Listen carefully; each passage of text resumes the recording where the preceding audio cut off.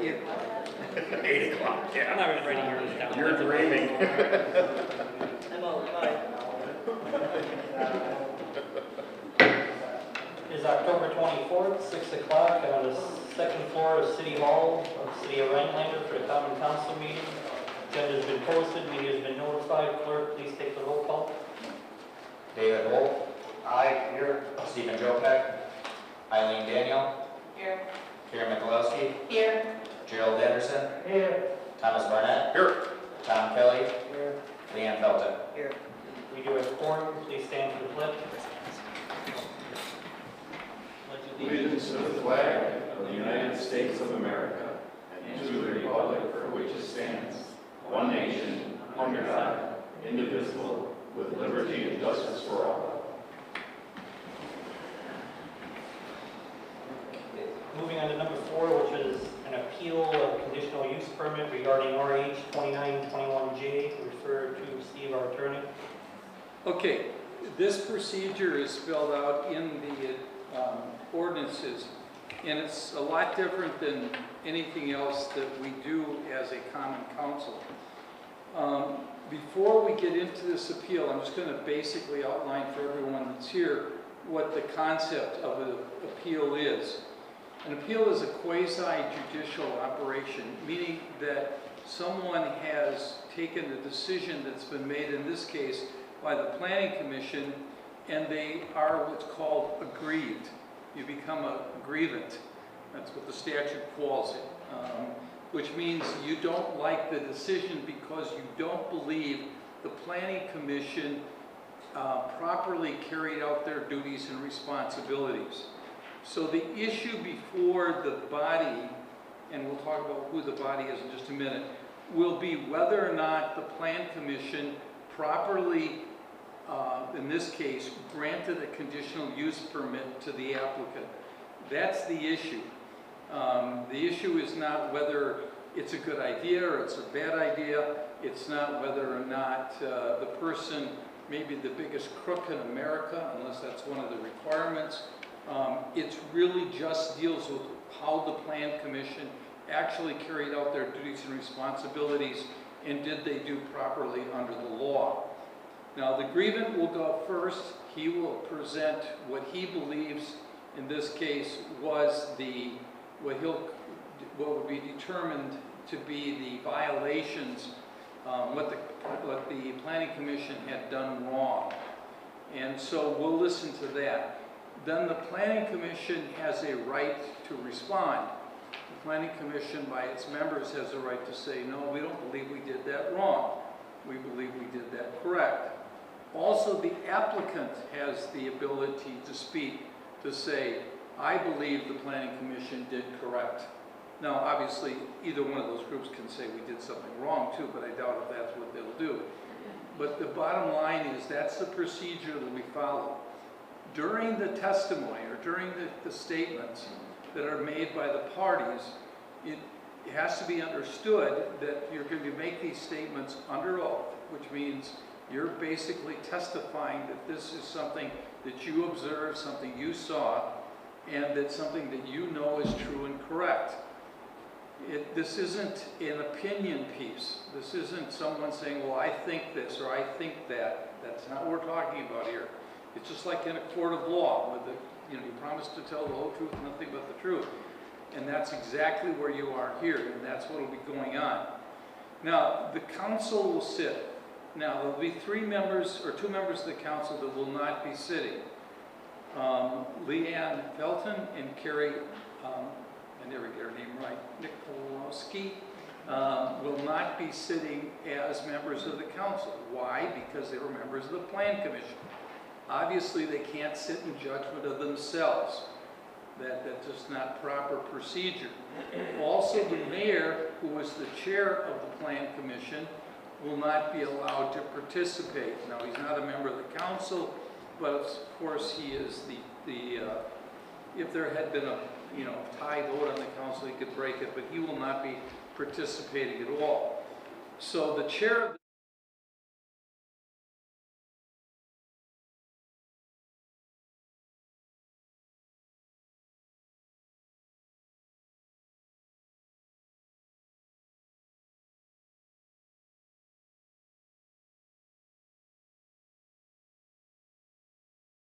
The 3 members who cannot participate to please go into the audience if you don't mind. That just avoids anybody's suggestion that they're giving advice and counsel to the people sitting next to them. And I always wanted to tell the mayor to go sit somewhere else. Ms. Daniel, you can sit up there or come up here, whatever you feel comfortable doing. Okay, that's fine. Okay, now before I get started, does any member of the council have any question? The only other thing I would tell you as council members, write down any questions you would have of any of the participants, because you will not interrupt their testimony, but once they're done, meaning once the grievance done and once the plan commission's done and once the applicant is done, then you will have a right to ask them questions.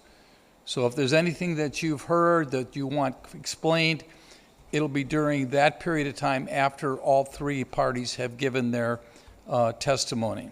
Now remember, nobody is required to testify, but if the applicant doesn't testify, it's going to be pretty easy. We'll be done here in no time at all.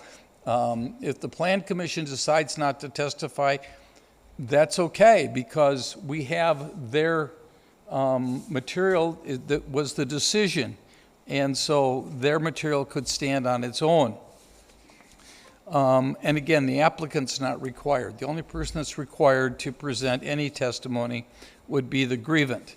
And again, the grievant must testify under oath. Any other questions by anyone? Then at this time, I would ask Mr. Fitzgerald to take the stand, make sure the mic's on. I would ask you to raise your right hand. You promise to tell the whole truth, nothing but the truth, under threat of perjury? If so, say I do. I do. You may proceed.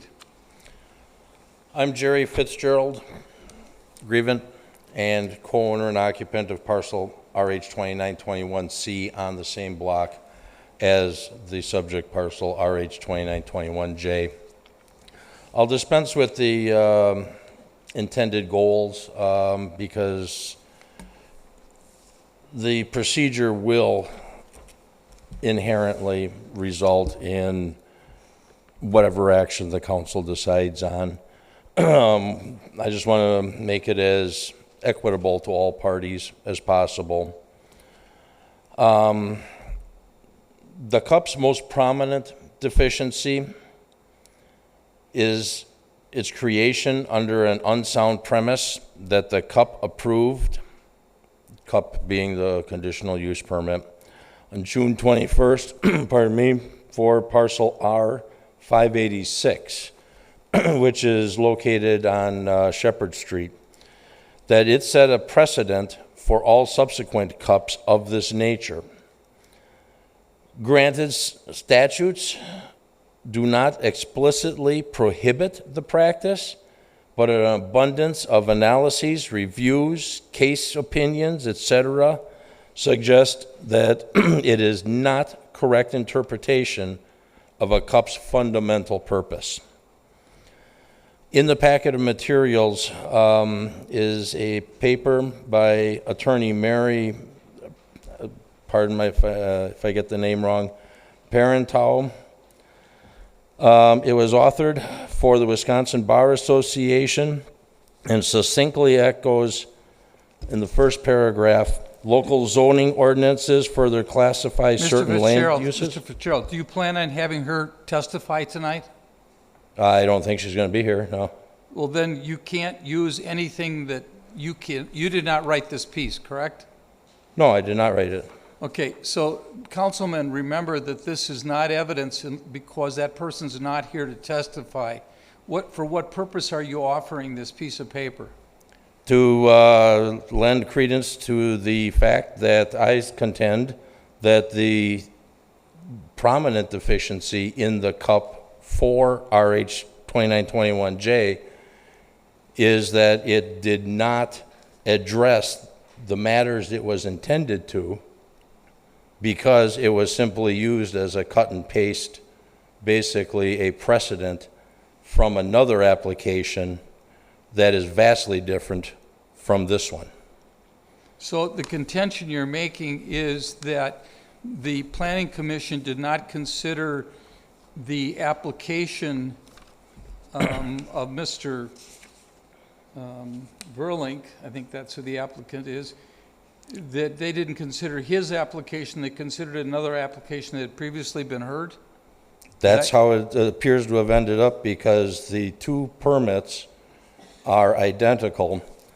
And at the planning commission, I asked the mayor to clarify if it was his understanding that one cup did set the precedent for subsequent ones, and the answer was yes, that it did.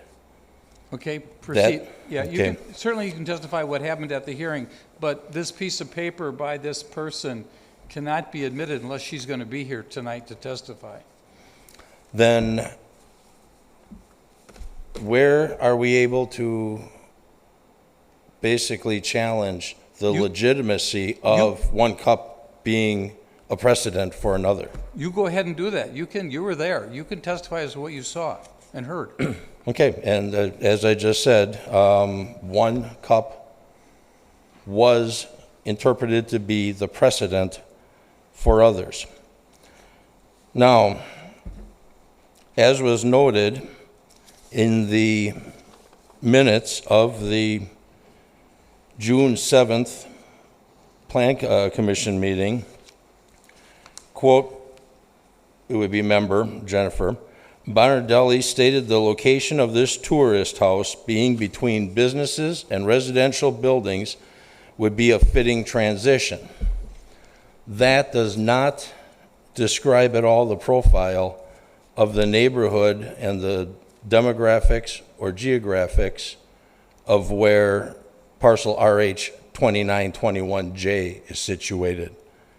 That is on a block of single-family, owner-occupied dwellings, all but one of which is occupied by a household age 60 or more. Young children are present.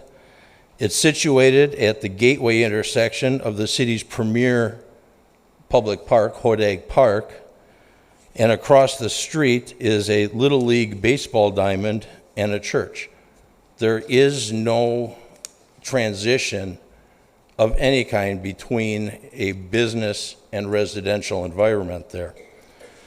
So therefore, if a permit was devised and approved for an application as the one on Shepherd Street, the entire demographics of this current one that we're debating is entirely different.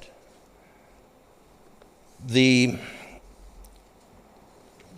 conditions themselves are also in question. For example, number 9 states that all ordinances will be followed. However, by following all ordinances, that would mean that the ordinance 15, where is it here? That the ordinance regarding tourist houses has language that conflicts with state statute, especially regarding the duration of stays that a tourist house or a tourist rooming house is defined as. We also have an issue too, where the time periods are similarly, there's a similar discrepancy in the bed and breakfast section, but that's not a matter for this one here. Item number 8 correctly refers to ordinance 2.05.15 regarding room taxes. However, 5.07, 4.05, paren 17.5 of the ordinances refers to and links to a completely unrelated chapter 2.01. So there's a discrepancy there. Again, condition 9 seems to point to an erroneously worded ordinance. Conditions 3 and 4 are vague. Condition 4 states that nuisances are, quote, at all times, end quote, not allowed. Yet number 3 says that no outdoor activities between 11 p.m. and 7 a.m. may precipitate noise complaints. So does this mean, and can it be inferred then, that between 7 a.m. and 11 p.m. that outdoor activities are permitted that precipitate noise complaints? We seem to have a very ambiguous set of terms there. The permit also does not address any terms of revocation. It just states that there would be a revocation. What would prevent a permit holder who has a permit revoked from going down and saying, well, I'm applying for a new one, the old one's all no good no more, so here's my new one? I've noticed other municipalities, and again, this is something that the council would have, and the plan commission would have to decide how it wishes to address, where it seems feasible a progressive schedule of violation, allowances, determinations, and subsequent penalties would be in order. The bottom line is, there is really even no practical means anywhere discussed to even help or guide a property owner of a tourist house of how to relay these concerns to their guests. I've been in some where they basically throw a 3-ring binder on the table, say, here, everybody initial that, and good enough. Being the neighborhood that we are, primarily age 60 and more, a lot of the environmental issues, noise, light, etc., that are inherent with more commercial applications are not really tolerable or conducive to our neighborhood. We have a large guest presence for the park, whereas a commercial establishment doesn't have that nature of traffic through it. There's also, too, no mention of things such as an expiration of a permit for inactivity. How do we wish to approach an issue like that? If somebody just obtains a permit for the sake of saying, hey, I've got one, I just, now I can sell my house as either a residential or a commercial use permitted property, defeats pretty much the purpose of actually having a permit that is actually intended to be used. Again, I'm going to just slow you down a little bit, Mr. Fitzgerald. We've got to limit to the discussion of how the Plan Commission operated that evening and what they did or didn't do wrong, not a condemnation of the statute itself or what you think the ordinance should be changed to say. I would note for you that statutorily, the permits are not transferable. So if you read the statute, you know that. But continue. Now, is it not transferable from property, from owner to owner, or from property to new property owner? It's not transferable. Okay. I'd have to review. I thought I saw something in the conditional use permit of the ordinances that indicated a conditional use permit stays with the land, not with an owner. Is that correct? The statute, or the ordinance says any permit issued under this article is non-transferable. There's no qualification of that. There's some language afterwards about notifying the zoning director, but that's only telling him that the permit's dead. But Okay. again, that's the ordinance. What did they do on that evening that you're saying they did wrong? The main issue is that this cup was inappropriately developed, the one for 2921J, based on criteria for a completely unrelated permit, the provisions of which minimally, at best, apply. There is also a concern, and I've seen it addressed properly now, where conflicts of interest did exist.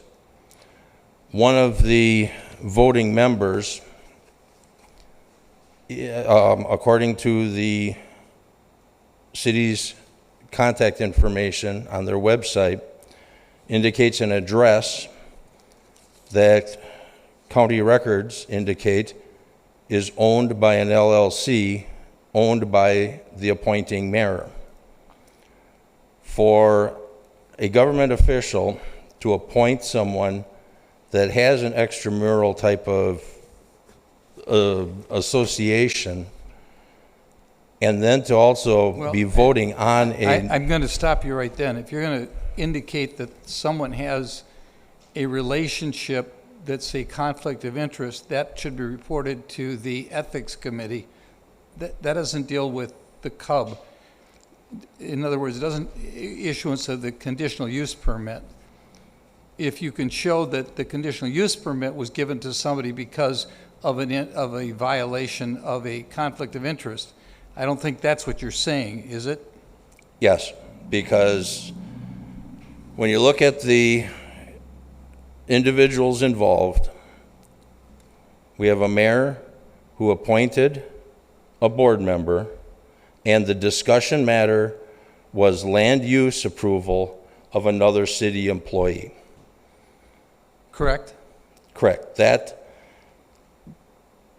the mayor and the commission member should have been recused from any of the proceedings.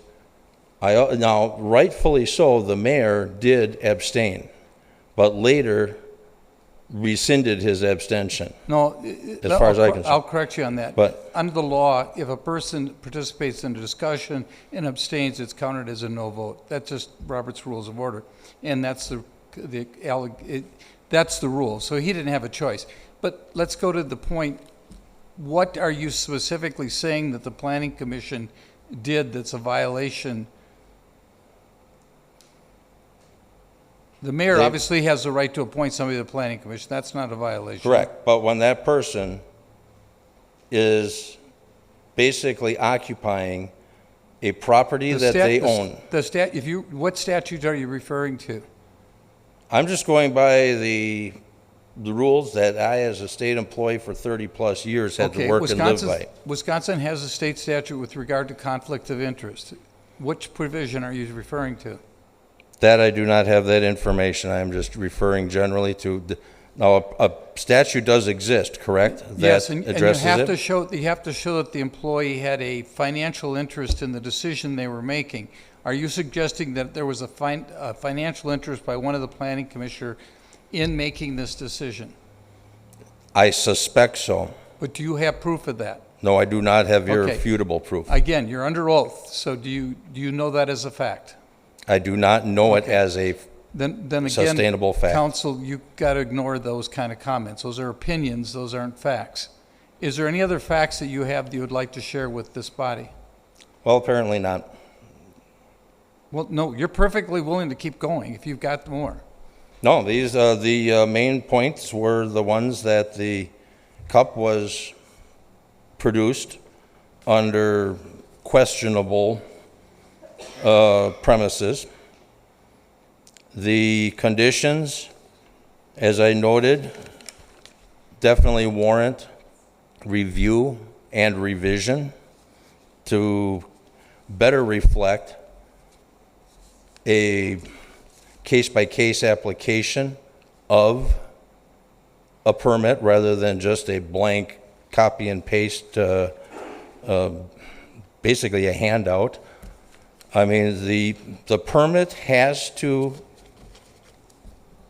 reflect not just, and as I realize statutes state that it cannot be based on preference or anything that cannot be substantiated, but it also has a provision at the end of, I can tell you which one it is here.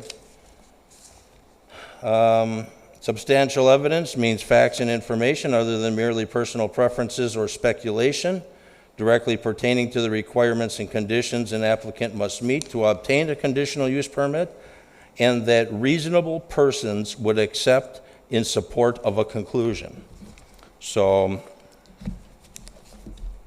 we, as a neighborhood, were pretty much excluded from the process.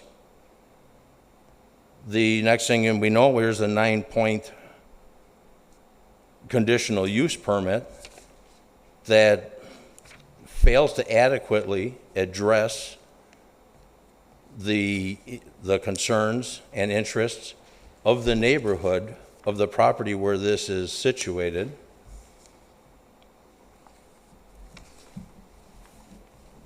The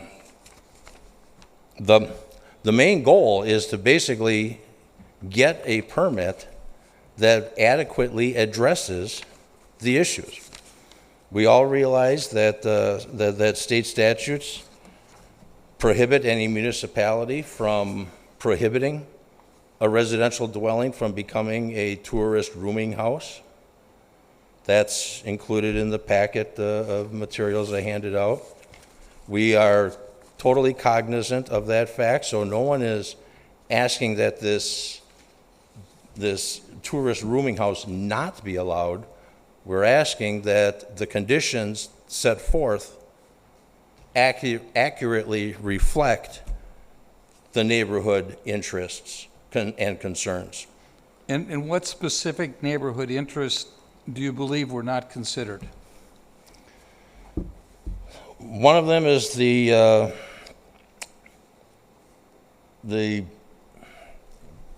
discrepancies between the points 3 and 4, as I had noted, with hours of no noise versus noise. The ambiguities, I mean, if any document fails to articulate its intended purpose, it's vastly open for misinterpretation. So that was one of the concerns, is that the noise that's allowable. Okay, so We are a quiet neighborhood. Okay, so what you're saying, just for clarification, you're indicating that you believe that the Planning Commission did not properly consider the potential noise in drafting the considerations or the conditions. Is that correct? Correct. Okay. What other things did they not properly consider? The time frames allowable for a rental. Specifically, as in 5.07.4.05 Paren 17, which is the city ordinance covering tourist houses, it mentions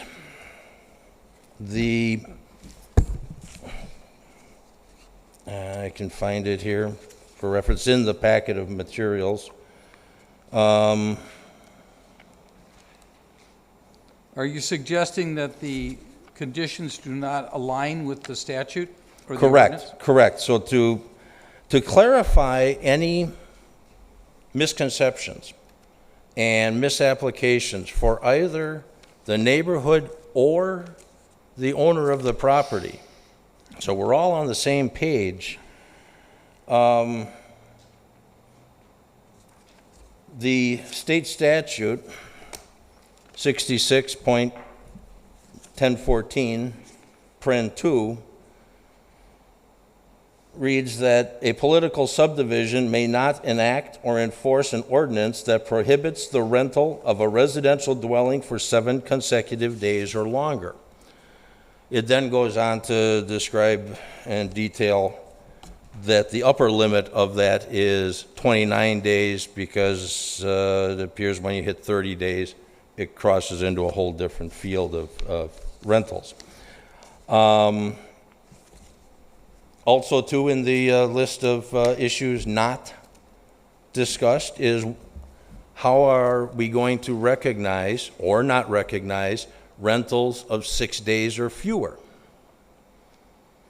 That's prohibited, correct? No, that is the only thing that 66.1014 restricts. No, that's prohibited under the tourist rooming house ordinance, not the state statute. Okay, so under the ordinance, that says permanent dwelling where sleeping accommodations are offered for pay to tourists or transients for periods of time or of 7 days or fewer. So now we're on the 7th. What do we do with that 7th day?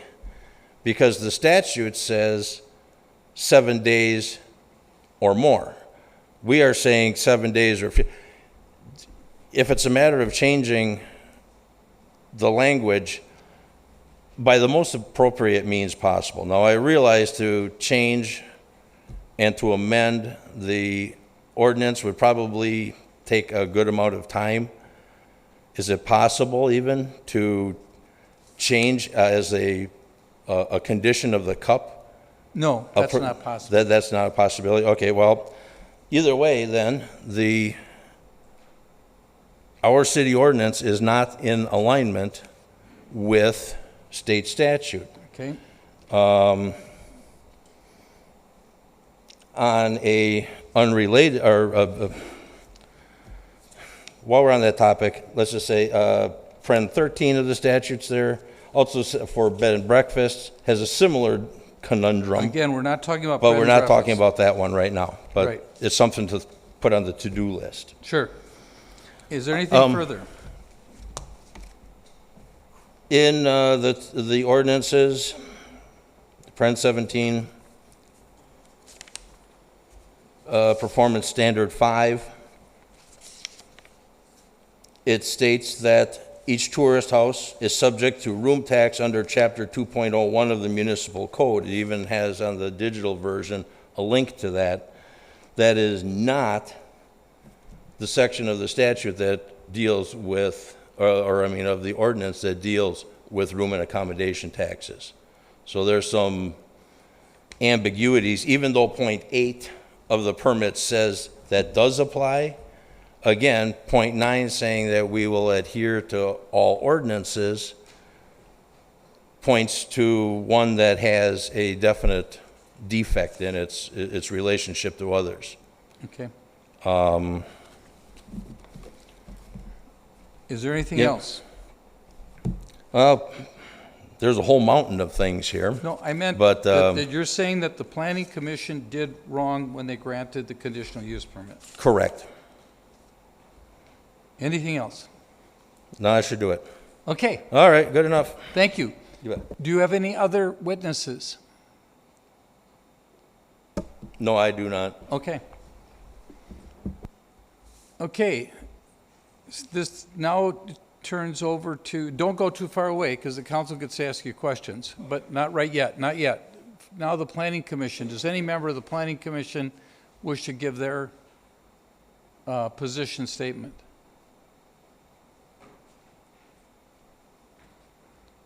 Please identify yourself and your role.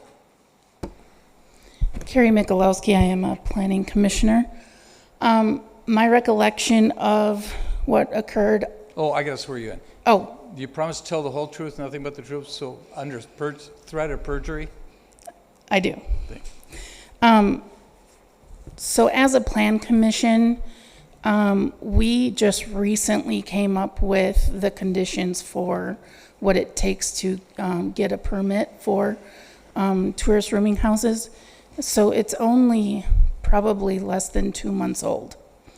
There was 3 conditional use permits for the same purpose that evening.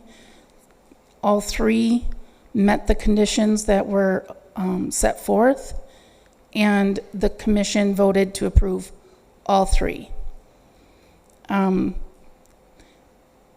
The conditions were not based on just the Shepherd Street address. That just happened to be the first address that requested a permit. So as a commission, we came up with, I believe, 9 conditions. As regarding the noise, we already have a noise ordinance, so that takes precedence. We just put hours onto the condition that they must not make noise after, I believe it was 11 p.m. Any time outside of those hours, feel free to call the police and have them deal with the noise ordinance as we have already established. But that's my recollection of what happened at the Plan Commission. 3 cut permits were requested, and there was 3 approvals. Well, I guess not anything further. Any other members of the Plan Commission that wish to speak? Mr. Verlink, I thought I saw your picture a little while ago.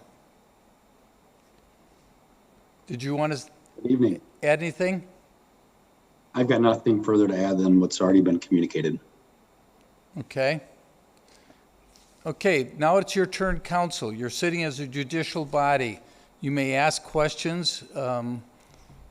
Obviously, I turn it over to the council president if she wishes to decide who gets to talk first or second, or...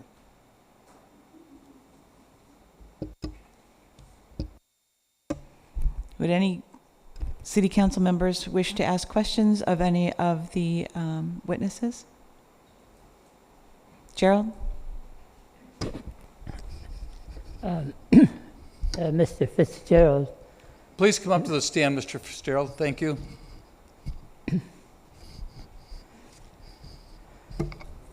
it seems as if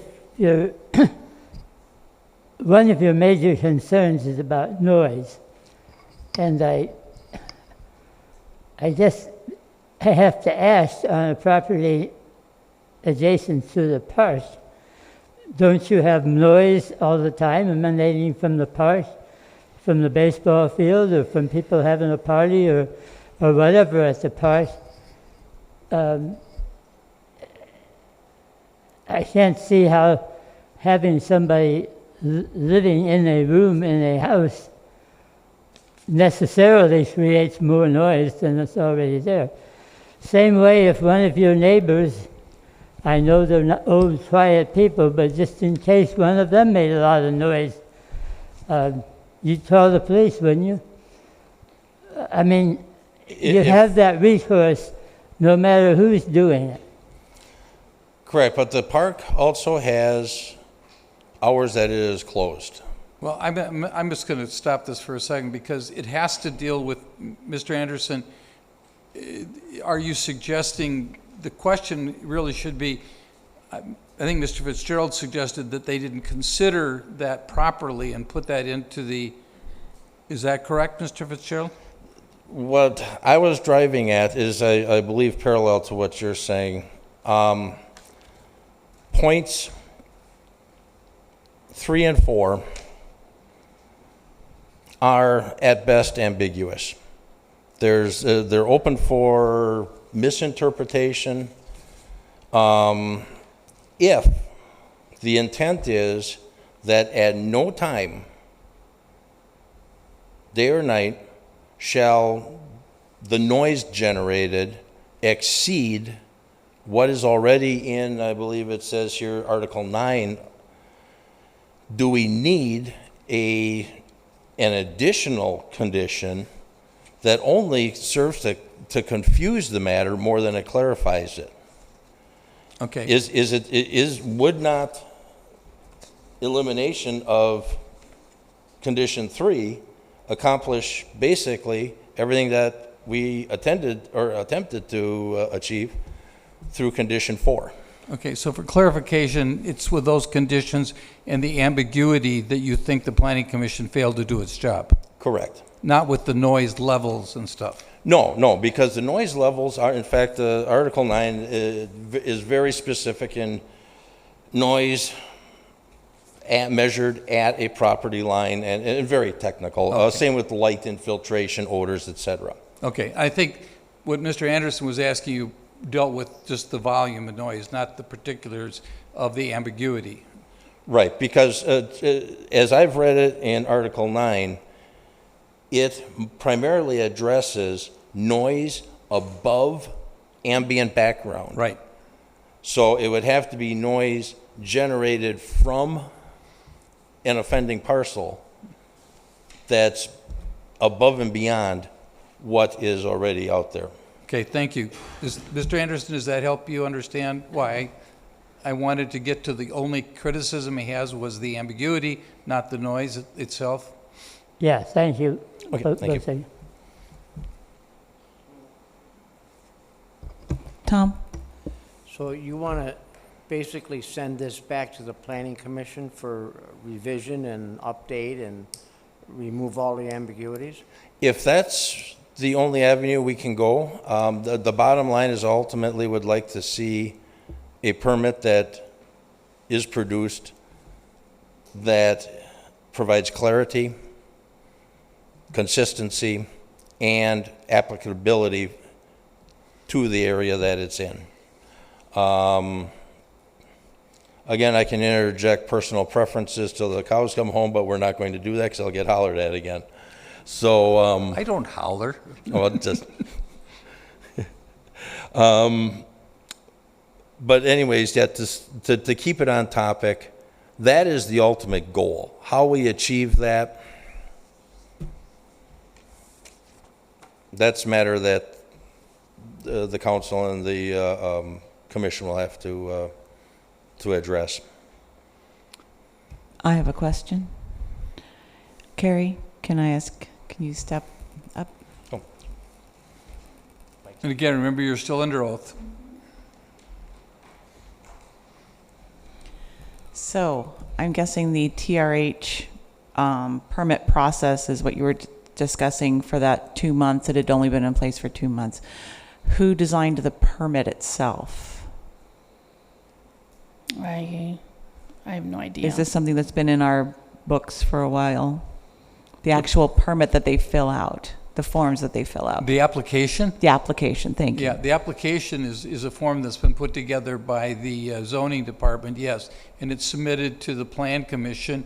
Well, it's submitted to the zoning office goes through it, and then the zoning office takes it to the Plan Commission, and it's discussed in detail at the Plan Commission. Yes, And correct. So my assumption is city staff working at the zoning office created it. Created the application. And this was the first time you had seen any of them come across as part of the Plan Commission? We had one other one at a previous meeting and 3 at this meeting. Okay. And do you recall what ordinance number this refers to? Okay. Not off the top of my head. Okay. We have a lot of ordinances. But is this a new ordinance that was put into place? This is what you were referring to in the last It's 2 months? relatively new because tourist rooming houses is a new development for the city. So yes, it's new. So it's new. So we don't have a whole lot of precedent going into this. Correct. Okay. And so your assumption as part of the Plan Commission was that the zoning department had done their due diligence and looking at the ordinance and coming up with the questions that it needed to ask on the application in order to make sure that when the permit was issued, that it would cover all relevant ordinances. Is that correct? Including the conditions that we put forth. Including the conditions that you put forth. Okay. That was my question. Thank you.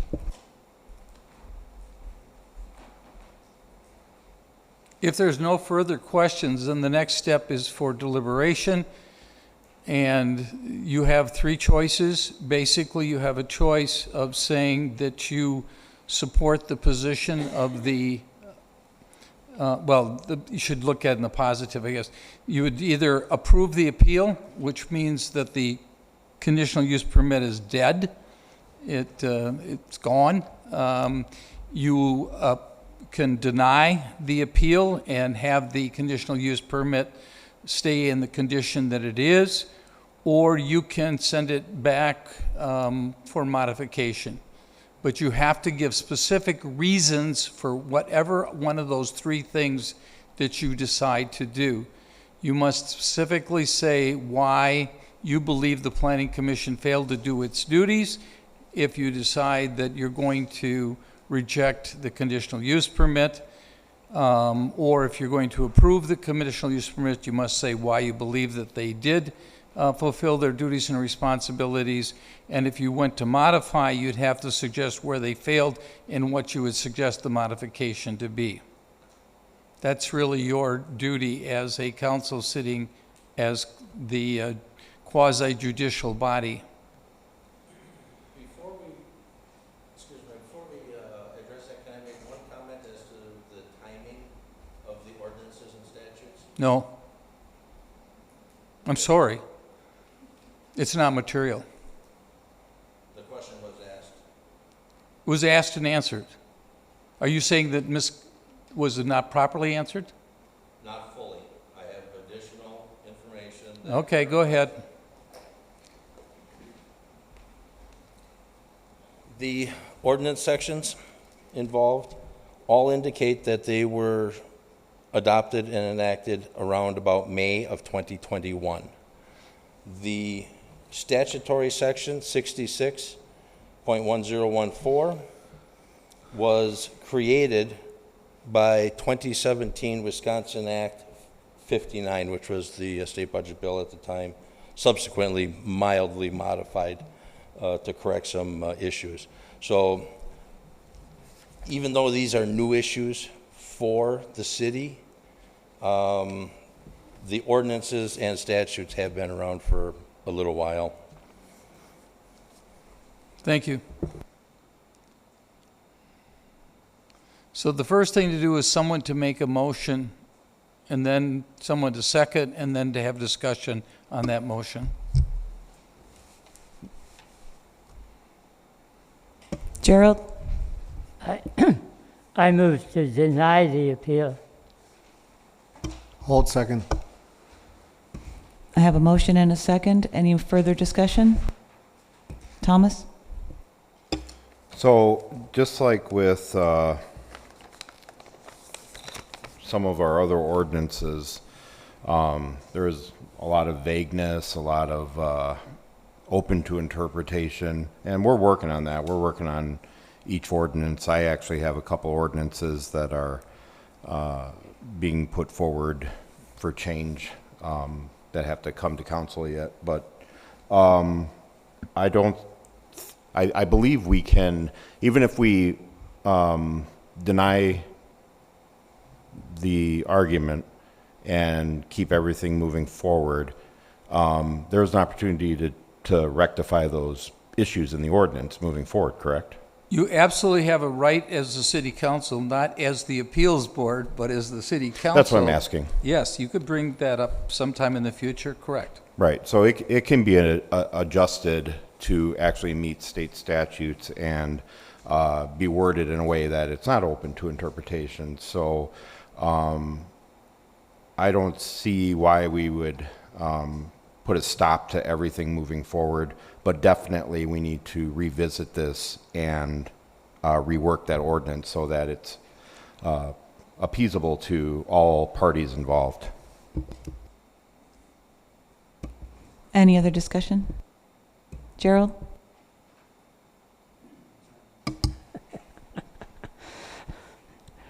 I don't see anything that the commission did that was really wrong, and so I don't see any reason to approve the appeal.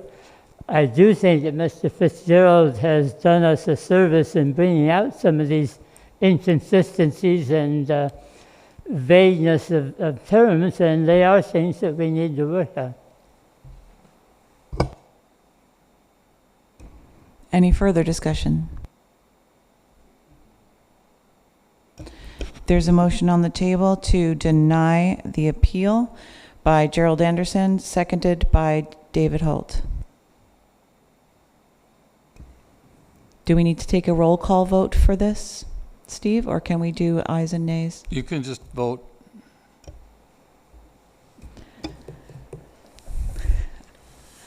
Okay, so all in favor of denying the appeal, say aye. Aye. All wanting to oppose? I would say the record needs to show that there were 5 votes to deny the appeal. And with that, the session or the hearing is closed. I didn't vote because I would have voted to deny the appeal as well. Oh, I'm sorry. I didn't hear any no's, so I counted. So, but that's correct. Is that correct? I want the record to show how the vote went. The reason I do that, just for everyone's understanding, is because this action of this board is appealable. And now I have to write a decision that this board made, and I have to have that done within 10 days as the city attorney. And you can appeal that decision to the circuit court if you wish to, Mr. Fitzgerald. That's the procedure under Wisconsin law. And that's why I wanted that record made. So I hope that we've answered all the questions, or at least presented. I know it's not maybe what you wanted to have come out of it, but maybe it is what you wanted to have come out of it. But that's the decision that's been made by the body. There's nothing further, and that closes this hearing, and we can go back into our regular council meeting unless somebody has any questions in the audience. Okay, let's go back to the council meeting. Your 10 days, I'll get that notice out to you. I will send it to you, Mr. Fitzgerald, so that you have it. And if you have any questions, feel free to contact me anytime. Thank you.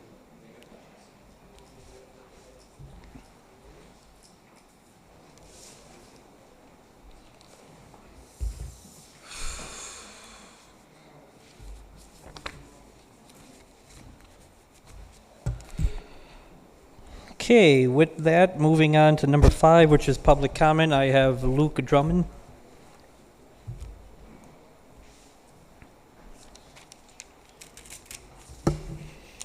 How's it going? Luke Drummond, Davenport Street. You guys are sick of seeing me, and I'm sick of being up here, so I'm going to make this short. Yeah, I moved up here in 2013 for a job. I wanted to kind of immerse myself in the community, so I started volunteering at the Humane Society. I've been volunteering there for pretty much since then. I've gotten to know Amanda very well and seen what she's done for the community. Everything from when you lose a pet, getting it back, to when you find a pet that is not yours. She was out at my garage about a month ago to find kittens that I am deathly allergic to. Everything to hoarding. You know, we want a clean city. I believe there was nearly 30 cats removed from a hoarding situation in town earlier this year. I've seen them help inmates who are trying to reform back to the community, and they have a program with that. So I've seen them do a lot of really great things. I also saw the budget get cut from $46,000 down to $30,000 a couple years ago, and then I saw it take another 10% cut for this year down to $27,000.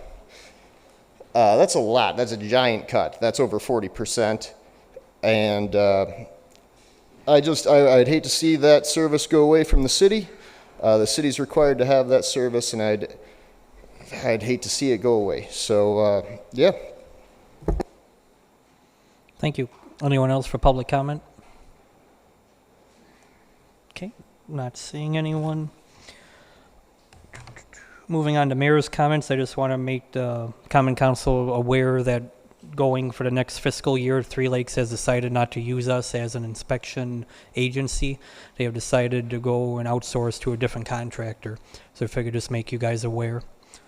Okay. Moving on to number 7, which is presentations. We have Baker Tilly audit. Mr. Mayor, did you ask for other comments that we've received? Oh, no, I did not. So sorry about that. Anyone else, aldermen, that have public comments? I've heard from several people the question in one form or another, will those eerie blue streetlights go away after Halloween? The point being, these are older people, which means sort of around my age, I guess, and they're concerned about the fact that you can't, with the blue lights, you can't see as well at ground level. And they're concerned about being able to see the condition of the pavement so they can walk confidently on it. And one that was mentioned in particular is at the corner of Frederick and Bayard, where traffic is coming downhill into that intersection from 3 different directions. Seems like an intersection that deserves more lighting instead of just that purple haze. Thank you. Any other comments submitted to alders? Okay. So then going back to number 7, presentation by Baker Tilly. I believe we have someone coming in through Zoom. Yes. Can you hear me okay? Yes. All right. I'm Amanda Mboga. I am the manager on the city's audit, and I'm here tonight to go over some of the highlights, some of the benchmarks from the 2021 audit, and kind of give you an idea of where you're standing. So we did issue 3 reports as part of the audit. In the interest of time, we won't go through those. We do have a handout, which I believe is going to be up on the screen as well, so you can follow along that way. All right, on the overview slide, we'll go over the independent auditor's report, some financial highlights, and then some information on the other reports that were issued as well. So we'll start with the independent auditor's report on slide 4. The independent auditor's report can be found at the beginning of the financial statement document. And it does look a little bit different this year. There was a new auditing standard in place that sort of rearranged the content, brought in some new disclosures like going concern. But overall, not a big change in terms of what's being reported for the city or the actual audit procedures. So the city did receive an unmodified, or what we sometimes call a clean opinion, which is the highest level of opinion that you can get from an audit. And that indicates that we believe the financial statements are presented fairly in accordance with accounting principles generally accepted in the United States. Management's responsibilities include the preparation and fair presentation of the financial statements, as well as design, implementation, and maintenance of internal control. And then for the auditor's responsibilities, and the objective of the audit for us is to obtain reasonable assurance about whether the financial statements are free from material misstatement. So reasonable assurance is a high level of assurance, but it is not absolute. As we always tell everyone, we don't look at all of the transactions. We do rely a lot on scoping and sampling, trying to focus in on those higher risk areas.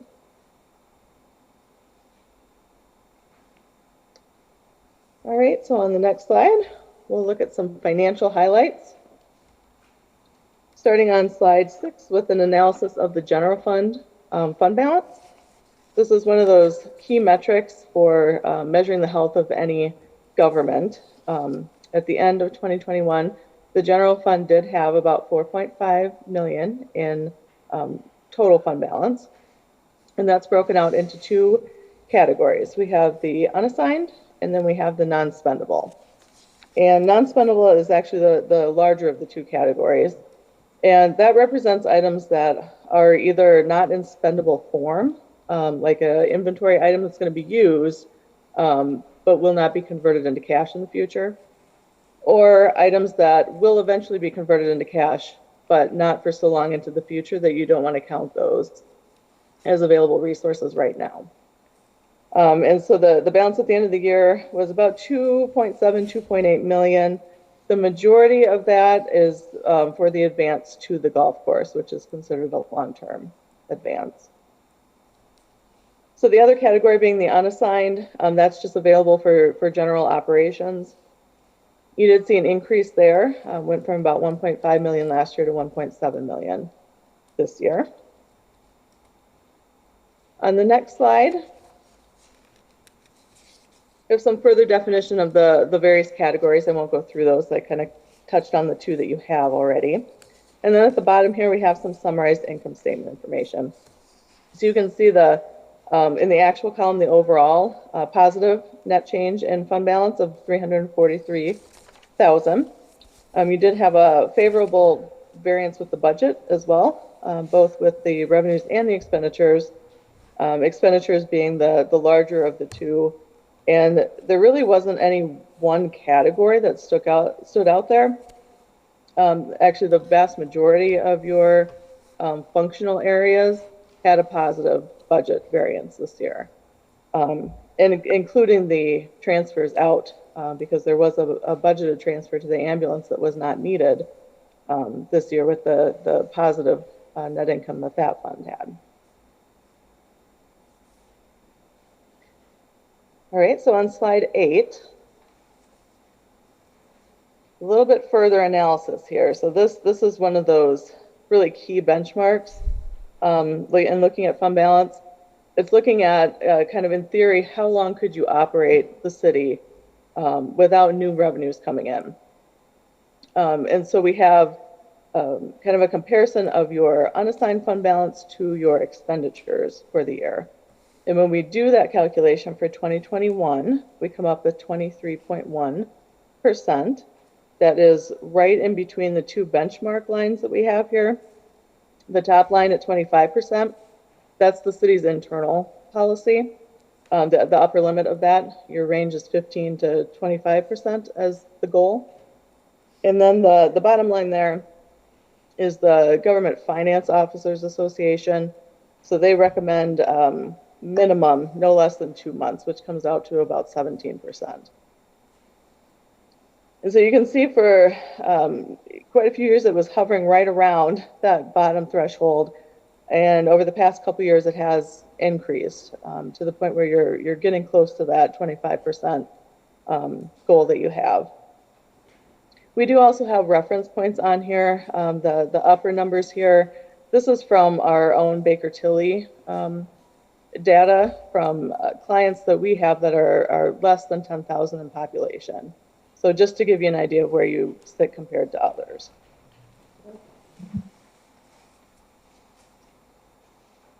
On slide 9, look at your general obligation debt here. So you do have a debt limit that you're operating under every year. And so that's the top line on here is legally what you can do for general obligation debt. And then the bottom line here is your actual outstanding debt, minus some resources that you would have available to pay that down. So you can see for 2021, the end of year balance is about 13.8 million outstanding, which is actually the lowest that it has been over the past 5 years. And you're only using 47% of your GO debt capacity at the moment. So you do have some availability there if you should need to issue additional GO debt. On the next slide, slide 10, this is a summary of all of your debt. In addition to the general obligation, which is spelled out here, that's mostly for your governmental funds. You also have a pretty substantial amount of revenue debt that's related to your utility funds. And the individual revenues from those funds are sort of pledged towards those bond payments. then you do have a little bit for capital lease obligation as well.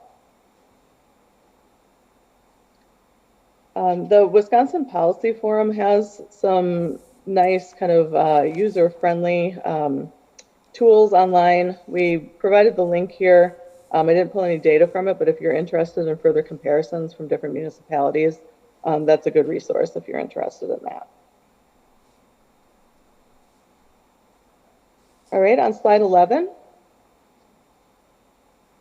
we have an analysis of debt service. So this is looking at your debt service cost, the principal and interest payments for your governmental funds, and then compared to your other expenditures for the year, not including capital, just because those vary so much.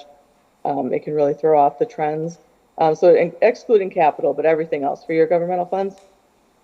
So we do that calculation for 2021. We get 23.7%. That is slightly above what the bond rating agencies recommend as the maximum of 20%. So you can see for all years, it's kind of been hovering right around there. We also have the benchmark data on here as well for the median of other Baker Tilly clients, less than 10,000 in population. Pretty comparable to those numbers as well.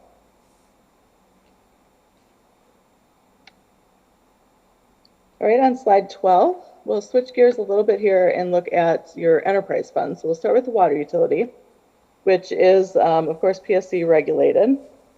So we have some benchmark information at the top here for rate of return. So your rate of return for 2021 was the 3.61% compared to 3.43 last year. So that's pretty comparable.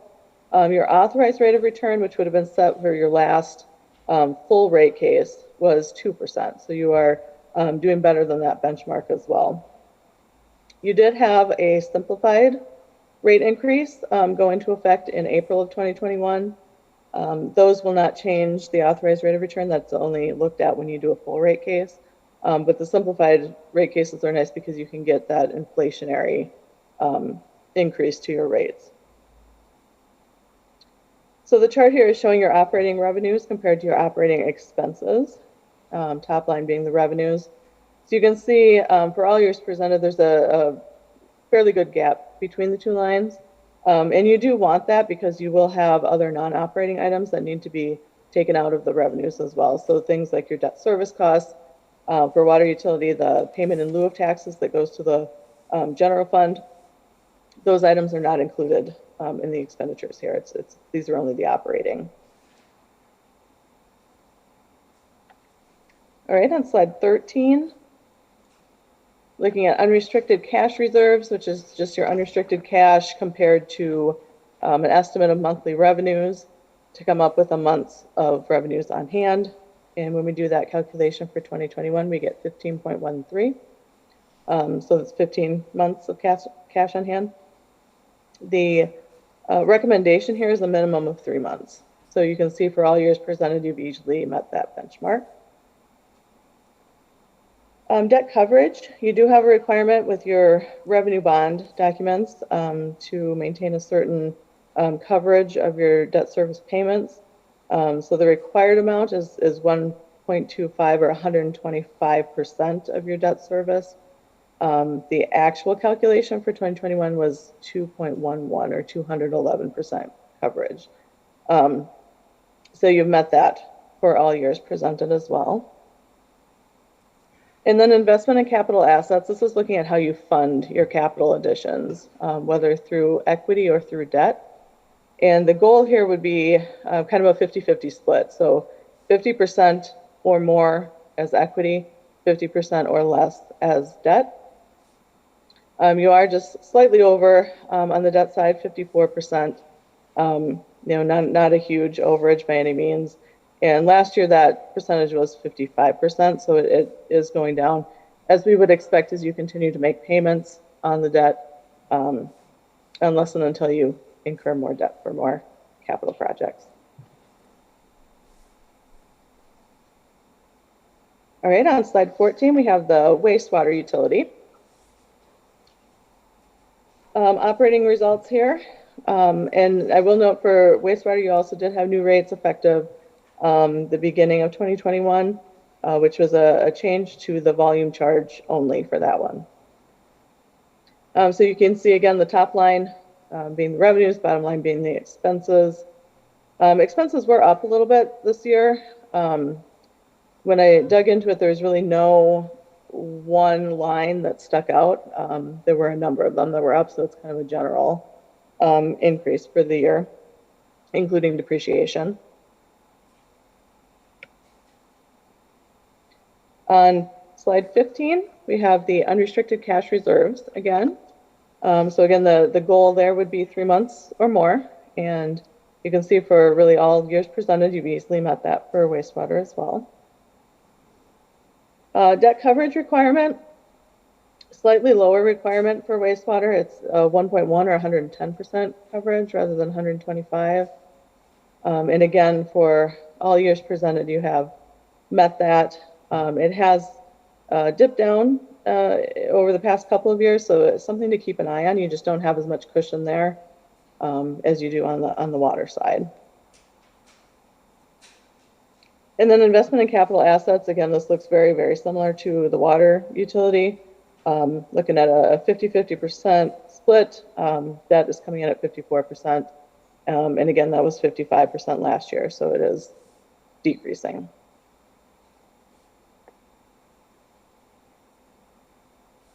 All right, on slide 16, we'll take a quick look at your non-major enterprise funds. So stormwater and golf course, both of which have had fairly sizable negatives in terms of both their cash and unrestricted net position. Stormwater did have new rates effective at the beginning of 2021, and it was a fairly substantial increase. Those had not been increased since 2015, I believe, so it had been a while, and this is a relatively new fund as well. So the good news for stormwater is that at the end of 2021, it was actually reporting a positive cash balance for the first time. Note that does not take into consideration the amounts that it does still owe the other utilities for capital projects. If you actually look at the financials, you'll still see advances to the other funds, from the other funds. But those were specific to capital projects because the storm has not been issuing debt of its own. So perfectly okay to do that if you have the resources to do so. But eventually you want to generate that positive cash flow to start paying back the water and wastewater. An unrestricted net position, that did improve kind of a similar amount to the cash. And again, that is negative due to the capital related financing. Golf course continues its upward trend in the negative cash. It was up about 48,000 this year, which is a smaller increase than I guess we've seen in some previous years. The unrestricted net position did improve by about 100,000, but still some pretty significant negatives showing up here. So definitely something to continue to keep an eye on. I know there's been a lot of discussion about the golf course and different options there. So definitely something to continue to keep an eye on. On slide 17, I won't go over this in great detail, but it is a summary of your TIP districts and kind of where they're sitting in terms of costs that they've collected versus need to collect, and then kind of the useful life that they have left. Now, I do want to point out that TIP 5 here does not reflect the recent termination that was approved, so that will be wrapping up earlier than what is indicated on here. All right, following that then, we'll look at some of the other reports. On slide 19, we have a short summary of the report on federal and state awards, otherwise known as the single audit report. And this is something that's required when you expend 750 or more in federal dollars for the year. And so there's kind of two parts to it. One that deals with the financial statements and any internal control issues we might have noted there. and then another that deals specifically with the major federal and state programs that we've selected for testing and any control or compliance issues there. So results are very consistent with the prior year. I do want to acknowledge that the city revised its procurement policy so that it is aligned with the federal requirements now, so that should help going forward. Any projects that involve federal dollars should be covered in terms of the federal procurement rules. All right, on slide 20. The final report is a reporting and insights letter, which is largely required communications, things that we're required to disclose to you as part of the audit process. Internal control matters being one of them. The 2 points we have listed here, lack of segregation of duties and financial reporting. Those are the same as last year and really very, very common for governments, especially small governments. The vast majority of our clients have some version of both of those points in their letters. 2021 audit communications, we do have some significant estimates listed, pension calculations for Wisconsin retirement system, allowance for doubtful accounts, landfill obligations, and then depreciation. And no difficulties, disagreements, or consultations to report. We have a few informational points in there, including some upcoming GASB standards. GASB is the standard setting body for governmental accounting, and they've been very busy in recent years. We do have a new standard on leases that will be in effect for 2022.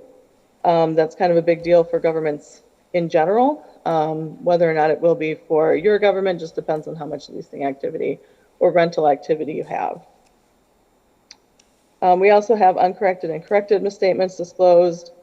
And the very last section is a two-way communication point. So that one's more forward-looking to the 2022 audit. We're required to do some communications of planning nature. So we have chosen to roll that into this report rather than issuing a separate letter in the spring. So again, as a whole, the report is very similar to last year. There's not a whole lot of new content in there. All right, and the last slide has my contact information, as well as a link to some other Baker Tilly resources. That is what I had for prepared content, but I'm certainly happy to take questions if anyone has any.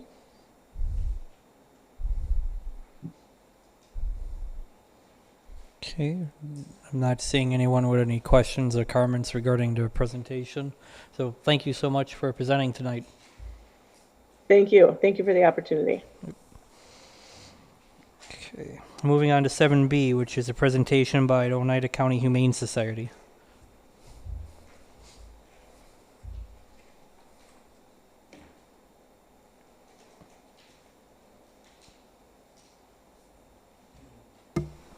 Everybody hear me okay? Yes. My name is Sue Otis, and I am here on behalf of the Oneida County Humane Society. Also here is Carla Ortman. She's sitting right there. She's a board member, and you already know Luke. He's also a board member, and Amanda Hayden, who is the OCHS director. Thank you all for allowing us to speak tonight about the Humane Society, and thank you all for providing your time to the City of Rhinelander. We have included 5 documents in your meeting packet. The letter we sent in August requesting a renewal of our agreement in our fee, our cost calculation, a 10-year history of our budget in the amount paid by the city, the list of services we provide for the fee, and what is needed to provide those services. At the end of this presentation, I am glad to take any questions you have about the information in these documents. This year marked our 10th anniversary since taking over the management of the shelter from the City of Rhinelander. It was 10 years ago that we were in this building, meeting with the people that filled your seats at the time. It was a very exciting and happy time for everyone involved. The city was losing over $80,000 annually operating the animal shelter and hoped to find a long-term solution to reduce this cost, but still provide an animal shelter to the area. We were happy to embark on creating a humane society everyone could be proud of. At that time, the city suggested we work with the county for a 50-50 split payment and help to achieve a shared fee system. As years went by, memories have faded and administrations have changed, and it seems the value of the Humane Society has also changed. We now must continually explain our services to justify the fee for those services. This year, once again, our service fee presented to the city was ignored. A lesser number was included in the proposed budget. As you can see, we asked for $31,790 based on our cost calculation, and $27,000 was factored into the budget with no discussion. The contract between the city and the Humane Society assigns all risk to the Humane Society. No matter what comes up, we will, and we have, taken care of it with no additional cost to the city. The risk is important, and seizures are one reason why. Seizures occur when an animal is taken away from an owner for a variety of reasons. The owner may be charged with an animal-related crime such as mistreatment, neglect, or abuse. When these cases come up and the owner chooses to fight the charge and not surrender the animal stays with us until the case can move through the court. You can imagine this can take a long time and the cost of animal care adds up. Under our contract, OCHS cares for these animals for as long as the court process takes. Last year, we had a seizure case in Rhinelander involving 6 animals removed from a home due to a mistreatment charge. The owner would not surrender the animals, and we took care of them for over 100 days. Had a contract not been in place, the municipality of jurisdiction, the city of Rhinelander, would have had to pay the holding facility, OCHS, up to $30 a day for these animals, which comes to more than $18,000 plus any veterinary fees. The animal owner could be billed with a court order, but may not have the means to pay. Another risk is calls about multiple animals. This past June, OCHS responded to a condemned mobile home with a substantial number of cats, including pregnant animals and many kittens. Staff spent 17 days trapping all the animals, making 2 to 3 trips a day to check on the progress. In the end, we took in 46 animals from that property. And while these animals were surrendered, the intake of 46 animals greatly stresses our staff and our systems. Again, all the cost was ours. Without the contract, the city would pay an hourly fee for staff time, mileage, and a per animal charge for those removed and taken in. Occasionally, there is an injured or sick stray animal brought in that needs immediate veterinary care.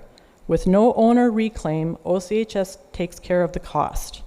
Without the contract, what would happen to these injured animals? Because of our contract, it is our responsibility to take care of all of these cases with no additional cost to the city. These cases are not uncommon and are in addition to the constant flow of stray animals into our facility. Animals from accidents and home health checks, even calls to chase down loose chickens.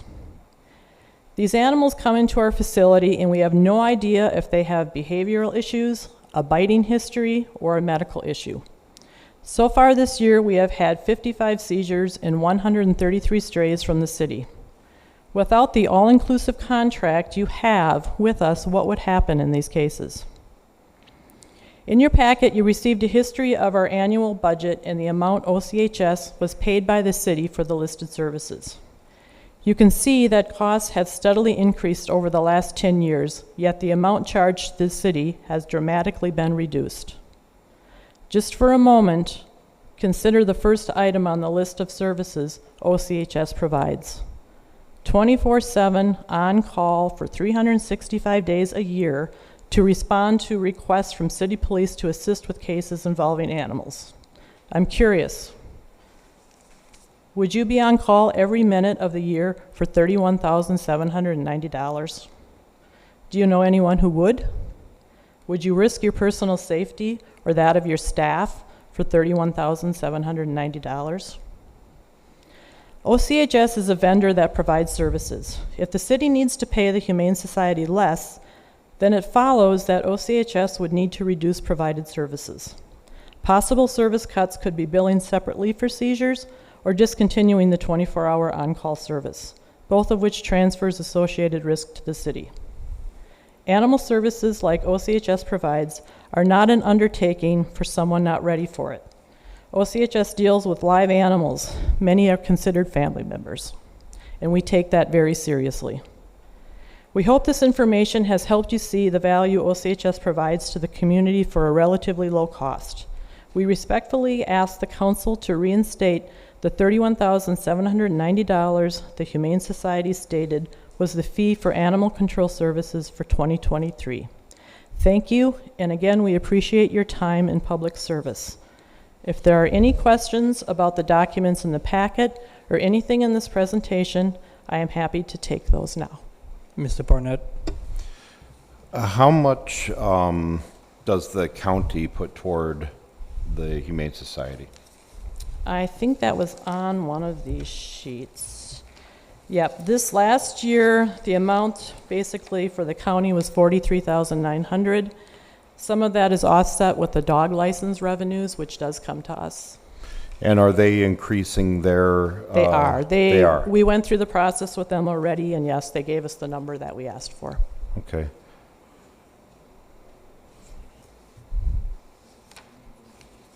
Any other questions for the Humane Society? Okay, thank you. Moving on to 7C, which is 2023 employee benefits. I refer to Rachel.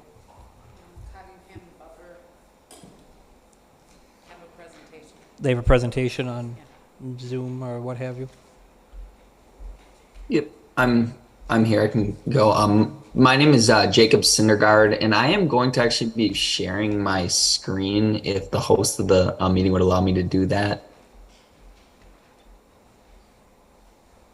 And if the sharing is disabled, I can certainly just talk through my presentation as well.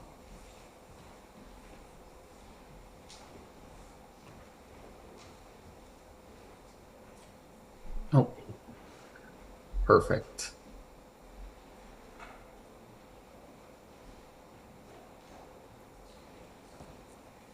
Can everybody see my screen okay? Oops. Good.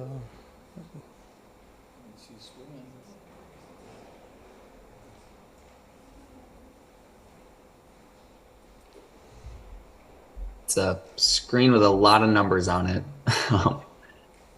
So if you could just let me know when the screen does come up.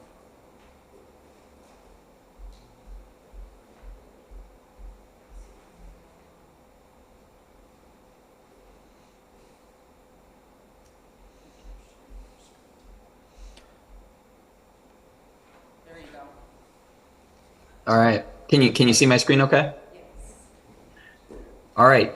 Good evening, everybody. I have a very short presentation that I'm going to talk through today, just 4 slides. But my name is Jacob Syndergaard, and I'm the benefits consultant that works with the city. We help oversee the health insurance program. And what we're going to be discussing today is the renewal of the health insurance program. And then I also believe that this is there's a resolution later in today's discussion. So we have, over the last 3 years, the health insurance program for the city, the last 3 renewals, we had 2 flat renewals. And actually this year we negotiated a 5% rate decrease to the health insurance program. And the health insurance program has been with Security Health Plan. This year was Security Health Plan. So this renewal for 2023, they delivered a 22.9% increase to the health insurance plan. It was mainly due to significantly more claims than premium was paid to Security Health Plan. So what we did is we went out to market. We requested proposals from a handful of carriers, and Aspirus Health Plan was the most competitive carrier option. They actually provided one proposal that came in on their Aspirus focused network that came in 2% below current premium rates. And they also delivered a proposal on their broad network, which includes providers like Marshfield Clinic, at 8.9% above current premium rates. So we made the recommendation for the city to transition from Security Health Plan to Aspirus Health Plan for 2023. And what you'll see below, and this is actually the resolution being discussed later, our recommended employee premium rates, they're highlighted here in green, broken across the two plans. So the city currently does offer two plans, and we have different contributions from employees on both of the plans. But what you'll see is the plan, for example, for a single that's enrolled, I'm looking at the 2023 employee rates, 5,000, 10,000 HDHP. You'll see for 2023, we recommend holding the employee premiums at $0 for folks that enroll on the Aspirus narrow network, and charging employees $65.08 for employees that elect the broad network. And you'll see there's those premium differentials across the other plans as well. So for employee plus ones and for families as well. And then for 2023, for the health reimbursement account program, you'll see the rates illustrated on the bottom green column as well. So basically the program is set up, it's a little bit more expensive for employees that are electing the broad network, which includes more providers, versus the Aspirus network, which is more of a narrow network, Aspirus focused network offering. So these are the recommended employee contribution rate setups. The way we came to these numbers was we actually set it up so that an employee, if they elected the Aspirus network or they elected the broad network, the city would be net even. So the city would be contributing the same amount to both of the premiums. It's just that the broad network option with the new carrier it's more expensive. So that's why it's a little bit more costly for employees if they do want to stay on the broad network versus the Aspirus network. I'm going to pause here. I'm going to talk in a little bit more detail about the difference between the two network options and current utilization at the Aspirus system right now, because it is the top provider for the city. But any questions from anyone on the kind of the marketing process or any of the numbers that are illustrated here? I know there's a lot of them. Doesn't look to be. Okay, sounds good. So I broke out the utilization from within the Aspirus system from July of 21 through June of 2022. Currently, we have 56% of members going to Aspirus facilities, as well as an additional 9% of members going to Aspirus contracted facilities. So currently 65% of members are doctoring within the Aspirus owned system or the Aspirus contracted system. So again, that's why we're making the recommendation to make the transition to Aspirus health plan. And then just these last two slides. The first slide, this is the kind of the Aspirus core network. I'm sure many of you are familiar with the Aspirus system, but again, that is what this network is wrapped around, is the Aspirus signature network. And then also we're going to be offering a broader network option in 2023 to make sure employees can have access to the other providers. You'll see some listed down here on the left, like Marshfield Clinic, Freighter down in Milwaukee, Children's of Wisconsin, some other providers in Eastern Wisconsin. So that's all I had. My 4 slides. Again, we're going to be recommending the transition just because it would be very difficult for the city to absorb such a significant increase from Security Health Plan. They've been a good provider. They've been a good vendor to work with. They've provided very fair renewals, I'd say, over the last few years. In this renewal, although it's a high renewal, it's again simply because there were more claims than premium over the last year, and a pretty significant difference between those two. So we're going to be recommending the transition to Aspirus Health Plan for 2023. Any questions for me? I am not seeing anyone with any questions. Thank you so much for your presentation. Yep. Thank you. Have a good night, everybody. Okay. Moving on to number 8, which is consent. Is there anything anyone would like to remove from the consent agenda? Not seeing none. Would entertain a motion. Holt, I'll make a motion to approve the consent agenda as presented. Barnett, second. Okay. Any discussion? Not seeing none. We could just do it as a voice vote. All those in favor? Aye. All those opposed? Okay. Motion passes. Moving on to 9A, which is discuss employee handbook. Rachel, if you could come to the podium.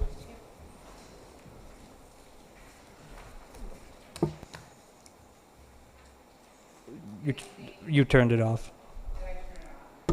Okay. That's what I get for pushing the button. So over And not look at- the last 2 weeks, has any employees came to you with any concerns or any tweaks they would like to have done? So we've gone around and had some meetings with some of the city employees. I'm not hearing a bunch of feedback, which is why we've kind of gone out there and reached out to folks. The handbook has been provided to all of the employees. I have received some general feedback, some questions, and asked for some clarification. So I've gone back and made a few tweaks, removed a little bit of redundant language, and then update the handbook table of contents accordingly so everything's back in alignment. I would anticipate we're close to having a final document to bring forward to council for, a final as we look at maybe potentially the next meeting. But, yep. Any questions for Rachel? Not seeing none. Oh. Moving. Hey, I Ms. see a hand Anderson? suddenly. Yeah, I just wanted to say it looks a lot better than the last time we saw it, and I really appreciate all the work you've done on that. Thank you. Mr. Barnett? Yeah, I was just going to kind of say the same thing. It definitely does look a lot better, a lot more clearer. There's a lot more clarification. I think you've done a great job in reaching out to the employees and actually working with the employees to make sure that it's a cohesive handbook that they can agree on, as well as administration. So thank you for the work on that. Thank you. Okay.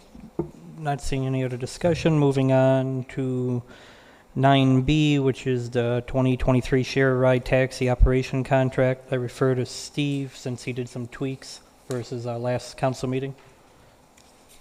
Yeah, as we discussed at the last council meeting, it really wasn't a new contract that we were looking at. We were simply having a resolution to advance the option period that we had under the existing contract. So I rewrote the ordinance or rewrote the resolution. That's not an ordinance. Rewrote the resolution, and Austin should have passed it out to everyone. Correct. There was a separate copy. And so all it's really doing is it's establishing that we have an existing contract and we're just extending the contract pursuant to the option terms. We're doing nothing more than that. Mr. Anderson? I move adoption of Resolution 2022-27, 2023 shared ride taxi operating contract. I just really, it's Holt, second. extension. Is there a motion and a second? Any discussion? Not seeing those. Clerk, take the roll call. Carrie Mikulowski, Aye. David Holt, Aye. Eileen Daniel, Aye. Stephen Jopek, Gerald Anderson, Aye. Thomas Barnett, Aye. Leanne Felton, Aye. Tom Kelly. Aye. Okay. Motion passes. Moving on to 9C, which is discuss and approve the 2023 accessibility van lease, which is in your packet on page 28. It looks like it starts.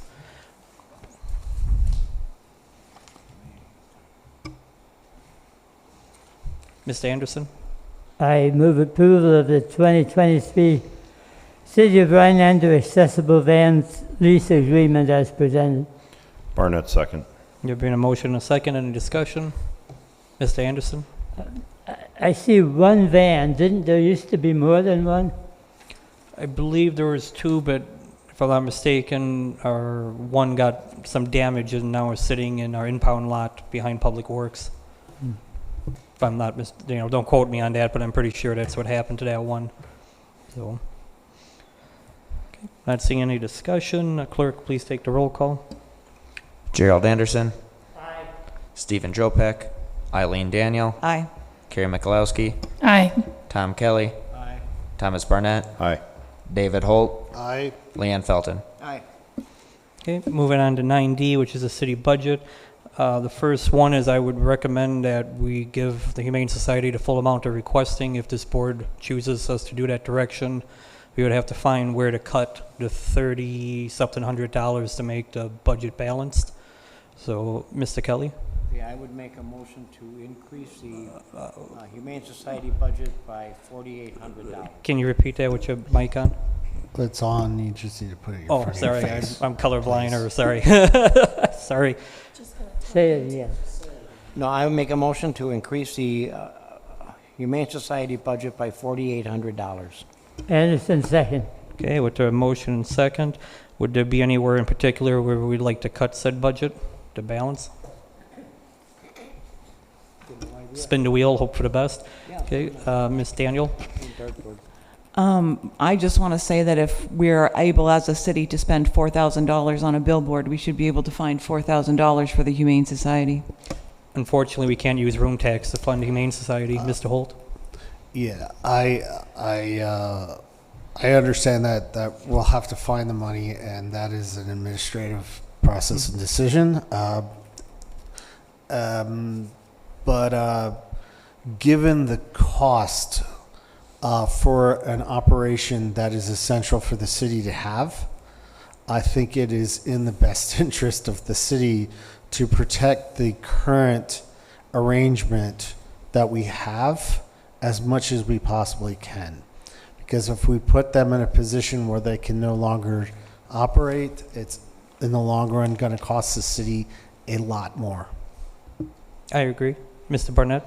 I would like to make the suggestion that a portion of it, if not all of it, can be dipped into administration, as there has been a significant increase in administration budget over the last few years. Perfect. So we will explore a couple options and then bring them to the next council where you can decide how we want to move forward with that. Any more discussion? Not seeing that, with a motion and a second. Since it's a dollar amount, clerk, please take the roll call. Leanne Felton. Aye. Tom Kelly. Aye. Eileen Daniel. Aye. Thomas Barnett. Aye. Gerald Anderson. Aye. Carrie Mikulowski. Aye. Stephen Jopek. David Holt. Aye. Okay, motion passes. Anything else for 9D, which is discuss city budget? Not seeing none. Moving on to 9E, which is a contract with Tom Wadek. I refer to Steve, our attorney, regarding said contract. Yeah, Tom and I have been in negotiations quite a bit over the last 3 or 4 days. And what it's really come down to is that the contract is fairly flexible in that we covering our inspection services with the RC inspection agency, both our commercial and our residential right now, until such time as we are able to hire a qualified inspector to be employed by the city, or that our code enforcement officer has time and has the appropriate licenses. Tom has indicated that he prefers to be paid on an hourly basis, on a kind of an as-needed basis, and that's why we came up with the hourly fee. He has already performed services on a volunteer basis for the city, but this will be the contract that will be in place going forward. Beyond that, I think everybody needs to know that this contract is only a stopgap contract until such time as we can find our own full-time services, unless the council decides to always use a consultant, and of course that's your choice. Barnett, I make a motion to approve a contract with Tom Wadek for interim zoning administration services. Mikulowski, second. Mikulowski, I believe, second that. Okay, any discussion? Ms. Daniel? I'm unable to find the contract in my packet. Can you tell me what page number that's on, please? It was actually a separate handout. It's a 2-page with a staple. Yeah, it's the contract is pretty much the same, except for the last terms I negotiated with Tom when I got here today, and those are only clarifying the differential between doing the services that relate to zoning administration, which this contract covers, and not the inspections that the city already has a contract with RC Inspection Agency. He's very concerned because he has a covenant not to compete with RC inspection agencies, which he also works for. So he wanted to make sure that the contract was established so that these were services that would not be in conflict with RC inspection services. And that's what we agreed to at about 10 to 4 this afternoon, and we came up with a contract. He's already signed the contract knowing full well that if the council doesn't approve it tonight, it's obviously not a contract, but he said he had to go out and do inspections tonight so that he wouldn't be able to, although maybe now he said it'd be after 9 before he got done, so that's why he's not here. Otherwise, he'd be here to tell you that he's comfortable and okay with the contract. Mr. Barnett? Yeah, I think Mr. Wadick is a person of integrity and more than qualified to step in as an interim zoning inspector. So I'm completely comfortable with Tom doing this and completely comfortable with what you guys have come up with in the contract. Not seeing any more discussion. Clerk, please take the roll call. Eileen Daniel? Aye. David Holt? Aye. Tom Kelly? Aye. Stephen Jopek? Thomas Barnett? Aye. Gerald Anderson? Aye. Leanne Felton? Aye. Karen McLowski? Aye. 9E approved. Going on to 10A, this is a parcel in the town of Pelican that is requesting to become part of the city of Rhinelander. This has not gone through planning commission, so this is the first time that it has been out in the public, so I would recommend we only do the first reading and then at our next council meeting make a final decision on said action. And that came separately as a printout. What's in your packet, please disregard. Yeah, please understand again that this is something that we've been working on because this is a unique piece of property and how it lies. It connects to the city by a road. It doesn't connect to the city by contiguous properties. So we had to look at this carefully, but this individual is bringing this to us. This is not us going out and asking them. And we'll talk about this obviously in more detail, but between now and the next council meeting, if you have any questions, please feel free to contact me. Mr. Anderson? Can you just give a simple explanation of where it is? It's east behind the hospital. So eastward,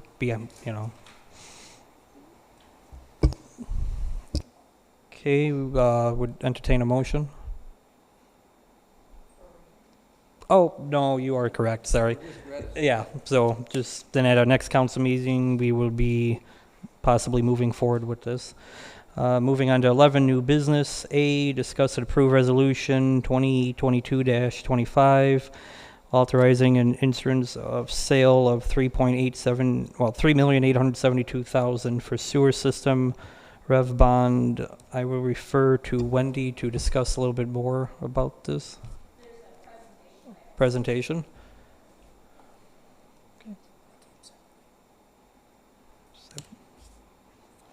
And a final version came separately as a printout for council.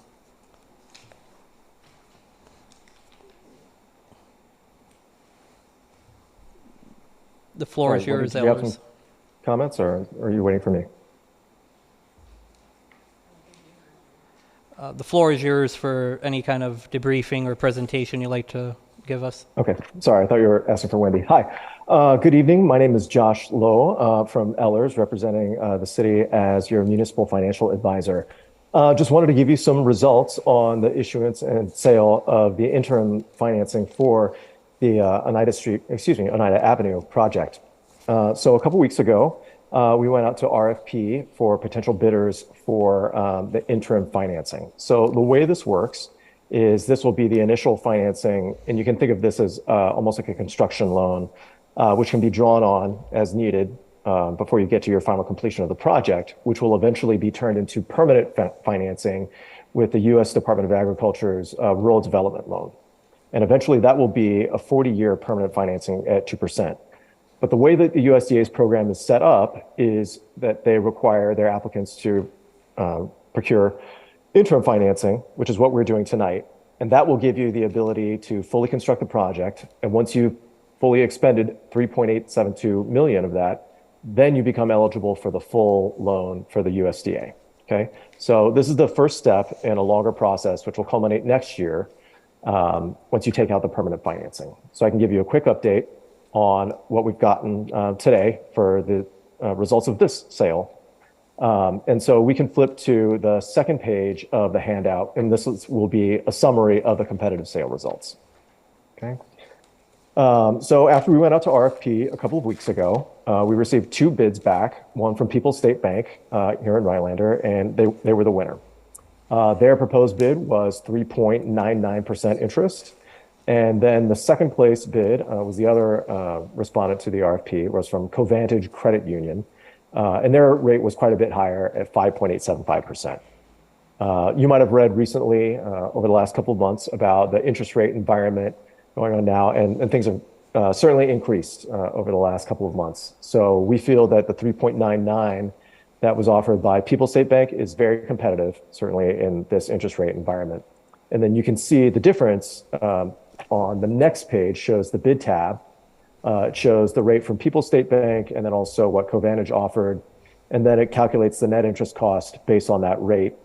And you can see the difference there being about $152,000 approximately. So it's a pretty wide spread. But one thing you should know is that interest rate, a 3.99 is good for the entire term. That proposed interest cost of $302,977 will not come to play into effect. The interim financing we're doing today, as I mentioned, it's a construction loan, basically. So you will only pay interest on the amount that you draw at the time. And it'll only be due on those portions that you draw. So the way that we have it calculated there, you see on the summary of sale results in the second part of the competitive sale results page, shows the total net principal and interest, which combines the principal amount and the interest, assuming the full draw of that. That will never occur because you're going to take this out with a 40-year financing in the future, okay? So that's the way, again, that this program is set up. And so I'll just show you, if you flip to the back of your packet, I'm sorry, I'm gonna jump around just a little bit. The way we have our document doesn't just flow cohesively as one narrative. The debt service schedule that you have on the back page, you can see that table at the middle, or excuse me, the top portion of that page shows the interest that would be due in 2023, and then the interest that would be due in 2024. Those payments aren't going to flow in exactly that manner because you're going to take out the permanent financing at the end of next year once construction on this project completes. And so the 148 will be wrapped into that future loan. So you won't make a payment to People's State Bank of $4,174,000, okay? That all assumes that you take the full draw of this entire interim financing all at one time, and you're not going to do that, okay? So that really kind of wraps up the main pieces of the presentation that I want you to take away today. So the purpose of this is to give approval to, you could choose either of the respondents, whether it's People's or Covantage. If it was up to your choice, most communities take the lower bid. So I'll leave it there for a moment and just open it up to questions if you have any for me. Okay, anyone have any questions regarding the presentation? Not seeing any. Thank you so much. I will actually leave you with one other comment that just came to mind. Is that you heard a presentation from your auditor earlier about your sewer rates. And she said that you're doing okay, as it is with your current debt, not doing quite as well as you are with your water. And that's something you're going to want to monitor moving forward. So this is, again, not something you take into account tonight. I'm not saying you need to do a formal rate study for your sewer at this point, but by the time you get to taking out the full loan from USDA, and about 1 year from now, somewhere between now and then, you'll probably want to look more deeply at your rates just to make sure that this will feed into that. Once they give you the full structure of the 40-year loan that they are proposing, you'll be able to incorporate that into the structure of your principal and interest payments that you have currently, and then understand your revenues moving into the future and be able to balance that out so that you get to the same, you want to be in the same position that you are with your water, where you've got a great debt service coverage ratio that can make sure that you can pay for all of your principal and interest on your existing debt and all of your operating revenues as well. So that's something to keep in mind for the future as we get into the permanent financing phase. Okay, with that, I would entertain a motion of what we'd like to do. Mr. Anderson? I move approval of a resolution authorizing issuance and sale of a $3,872,000 sewage system revenue bond anticipation note, Series 2022A, to People's State Bank. Daniel, second. With a motion second, any other discussion? Mr. Barnett? And I thought I heard him say it, but I just want to be absolutely clear that the interest rate is locked in for the life of the loan. Can you clarify? This interest rate is locked in for the life of this loan. This is the interim loan, which is going to be eventually taken out in about a year from now from the USDA loan. So this is not a variable rate. It's not going to go up in 6 months when it resets at some period. This is not, yes, this is locked in for the period of this loan. Okay. 2 years. Not seeing any other discussion. Clerk, please take the roll call. David Holt. Aye. Stephen Jopek. Eileen Daniel. Aye. Karen Mikulowski. Aye. Gerald Anderson. Aye. Thomas Barnett. Aye. Tom Kelly. Aye. Leanne Felton. Aye. Motion passes. Moving on to 11B, I refer to our attorney. This is regarding a contract with our video recording contractor. Yeah. Yeah, we reviewed this contract, and it's basically just a continuation for a period of 24 months of the current service contract we have. The good news is they're assuming much of the liability. The original contract that's based off is the one that I drafted, so I think it's a pretty good contract. But it's really, the issue before you right now is, do you want to continue this service for the next 24 months? Barnett, I make a motion to approve live streaming contract with By Request Digital Media. Daniel, second. Okay, put your motion to second. Any discussion?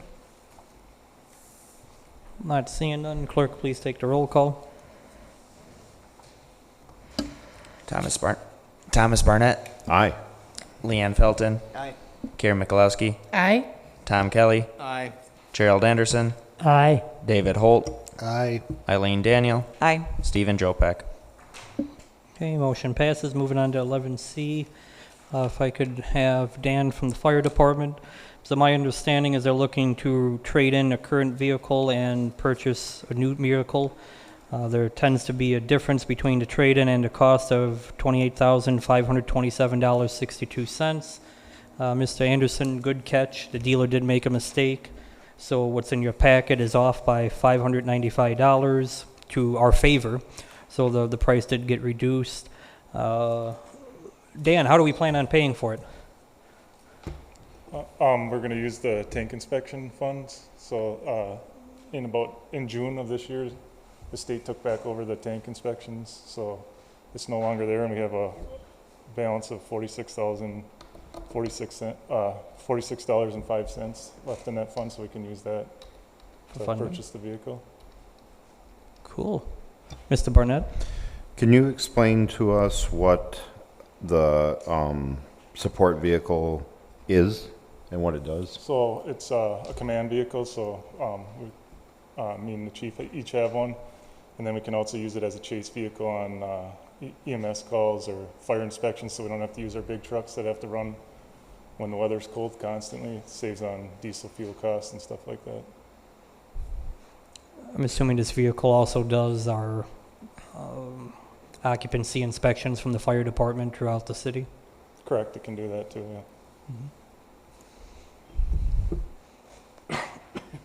Okay. Ms. Mikulowski? I'll make a motion to approve the purchase of a support vehicle for fire EMS administration staff in the amount of, is it the $28,527.62? Correct. Daniel, second. Okay. With a motion second, any discussion? Not seeing none. Clerk, please take the roll call. Karen Mikulowski. Aye. David Holt. Aye. Eileen Daniel. Aye. Stephen Jopek. Gerald Anderson. Aye. Thomas Barnett. Aye. Leanne Felton. Aye. Tom Kelly. Aye. Motion passes. Rachel, if you could come to the podium for 11D. Some background on this is we have certain employees, which is pretty much our public works departments, who are required to have safety shoes based on what they do for the city. We currently reimburse them up to $100 per year for said shoes. It's been brought to our attention by multiple public works employees as well as other agencies that we are grossly under reimbursing, where most people reimburse $200 plus, we only do $100. So we're asking that council would approve that going for the next fiscal year, which is 2023, we would reimburse up to $200 per pair of boots for our public works departments. Rachel? You pretty much covered it, but to go a little bit further, I also looked at clarifying language. So when I followed up with Wendy on this, we currently reimburse up to $100 for one pair of shoes per calendar year for those individuals that require safety shoes. So I'm outlining what departments those include in public works, so streets, water, utilities, wastewater, etc., and then further clarify that it's one pair of shoes per calendar year of up to that amount. And so we're looking to increase by $100. Mr. Barnett? I make a motion to approve an adjustment to the non-union safety shoe reimbursement. Felton, second. There being a motion second, any discussion? Mr. Barnett? Yeah, I think that we should absolutely be paying more toward reimbursing. Heck, I can't even get a good pair of gym shoes for under $100. So I can imagine what safety shoes are these days. I'm sure they're well over $150. Steel toes and all that, and they'd be OSHA compliant. So I think we should approve this without hesitation. Mr. Holt? Well said, Mr. Barnett. I would also like to add the suggestion that that this be put on some type of administrative schedule to look at every single year, given that we're starting to see some inflation rates in this country that we have not seen in a long time. Thank you. Okay, Mr. Kelly? Mike? She ran away.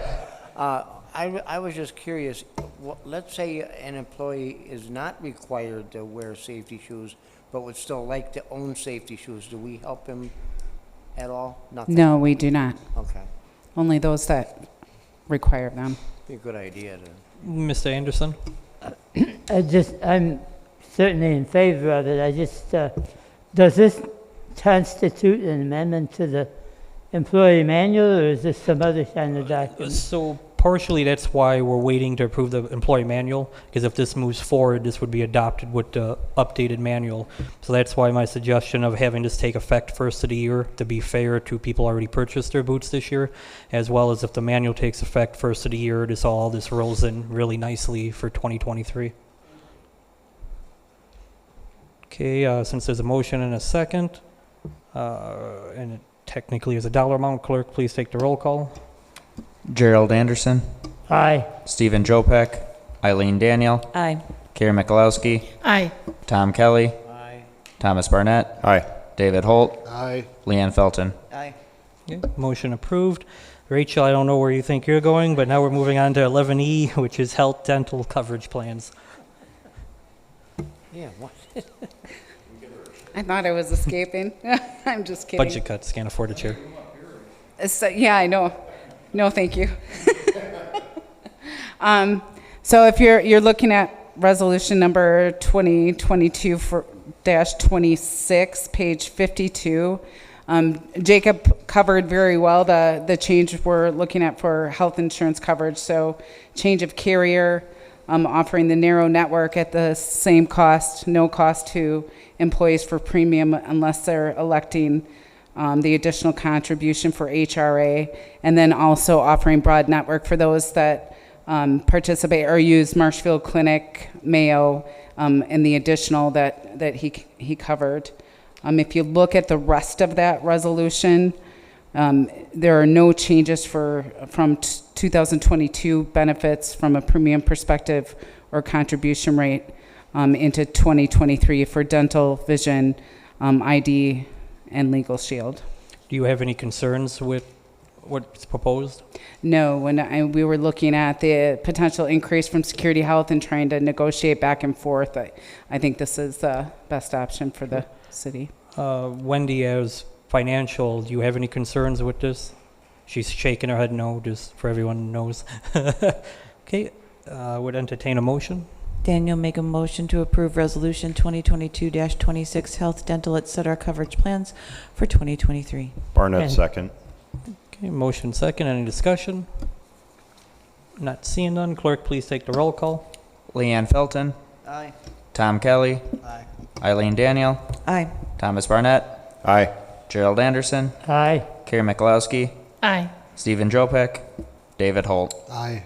Motion passes. Moving on to 11F, which is discuss a Class B liquor license for Mad City Sub. I will refer to Austin on this one.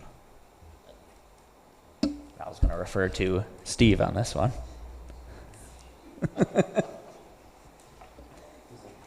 Oh, okay. Who are you referring to, Steve? And I'll refer to, where'd you go? No, the bottom line on this one is we have an individual in the community that has a Subway that's next to a gas station, and he wants to have two different types of licenses because he wants to serve alcohol at the Subway, but he can't because the gas station has a retail license, and so that's a violation. So the solution to the problem is you create two separate buildings.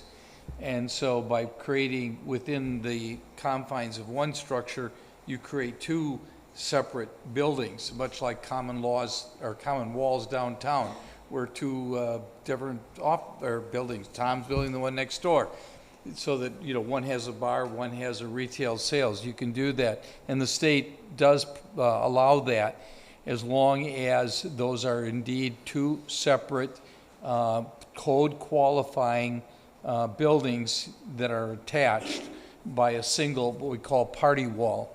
And you can do that, and that's what he's going to do. He was here this evening because he didn't want to go ahead and build this party wall if there was any reason he wasn't going to get his license. And Lloyd has indicated as the police chief that there's really nothing of record that would suggest that he wouldn't get a license. And I informed him that if he complies with the code as far as two separate buildings, that really we as a council or you as a council could not deny him a liquor license for the sale of liquor as long as we have a license, which we do. That's not a problem. This is just a beer license for beer consumption. And so that's why he's not here. He was here earlier. We're not acting on this. We're not doing anything on this tonight because I told him we don't even want to consider this until you actually have the building up. We can't approve this until that's done. So that's where it'll be. He'll be back. And just point of correction, he does not have anything to do with the gas station. He rents out that other space. Oh, it's all rented space. Yep, it's a rented space. Just making sure that he's not owning the gas station as well as the and sub that shop. wouldn't make a difference at all. It's rented space, correct? Question, because this might take a couple months for him to erect a wall. How many beer licenses do we still have available? So last I checked, we have for Class B beer licenses, which allow you to consume fermented malt beverages, so beer. You can have it on or off the premises for sale. Right now we have 6 out of, I think it's either 31 or 32 that the state grants us. So we have plenty of licenses available. It's when you are doing Class B retail combo licenses, which is like bars that sell liquor. That's the one that we're at about 26 out of 31 right now. So we're running out of those. Okay. So since this is a discussion topic, is there any concern by any member of the body of going forward with this? Mr. Barnett? I just want some clarification on what he's building a physical wall.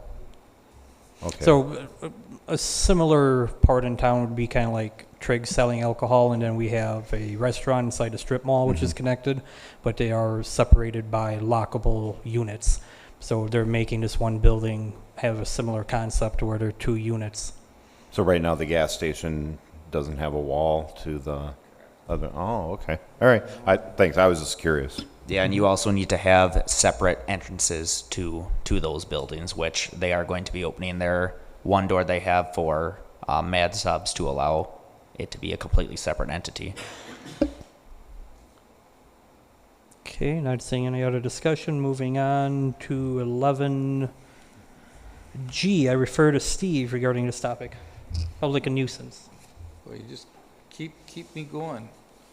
Okay. As I think all the councilmen know, for the last 3 years at least, maybe it's longer than that before I got here. I've only been here 3.5. We've had this continuing problem with Mr. Liebert about finishing his house and putting the siding up.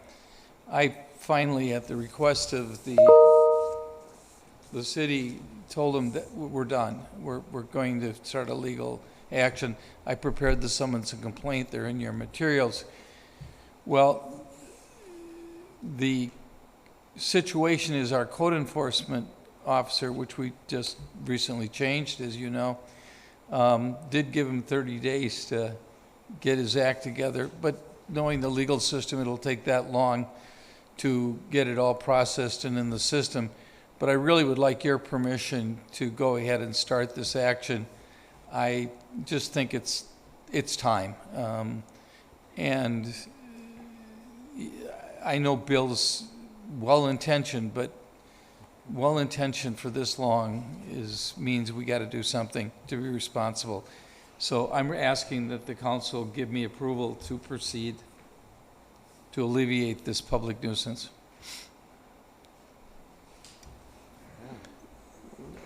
Mr. Barnett. I make a motion to approve authorization for the city attorney to formally file a public nuisance complaint against William C. Liebert. Mikulowski, second. Would say Mikulowski, and then our code enforcer is actually here tonight. I don't know if there's anything you'd like to speak on. If you could come to the mic. I did provide photos for Tara there if she had a way to put them up. I did send them to her in an email. No, we know this house very, very well. We don't have to see it over and over again. They're just the most recent pictures, and I think this is a well-needed process. Okay. So there was a motion and second. Any discussion? Not seeing none. All those in favor? Aye. Aye. All those opposed? Not hearing none. Motion passes. Moving on to 11H. This is page 56 in your packet. My understanding is pretty much we collected a tax that since this process is happening, the county wants their portion of it back. And I'll refer to Wendy to go into any more detail. So there's a process that in November, if we have delinquent utility charges or unpaid like weed violations, special assessments, raise orders that haven't been paid that are more than 30 days old, we are able to put that onto the tax roll and collect it with the property tax. The county has a process where whether they collect that money from the property tax owner or not, they pay the city in full for what we send them for the special assessments request for the tax roll. And then if the property goes into foreclosure, there's an agreement between the city and the county that the city pays them back what they had paid us that they didn't collect for yet. And then after I think they sell the foreclosed property, then they will return whatever portion is left over towards that. Mr. Barnett? So this is in a contract with the county? Yes. So there's really nothing we can do then? I mean, if it's in a contract, it's in a contract. It's basically here to let you know this process happens. You're exactly right, Tom. There's nothing we can do. But the good news is the county pays us the money. We get to use it. And then if it doesn't work, then we got to pay it back. but we had the use of the money during that period of time. It's just the way the whole taxation system works. But it's the way the system works. Okay, would entertain a motion. Ms. Michalowski? I'll make a motion to approve the Oneida County 2021 in-rem chargeback of specials. Is there a second? Halt second.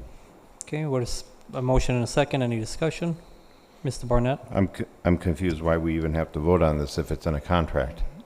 You really don't, but it looks good. Okay.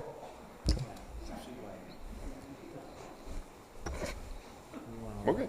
Don't you want to look good tonight, Tom? Yeah, sure. Okay, not hearing any discussion.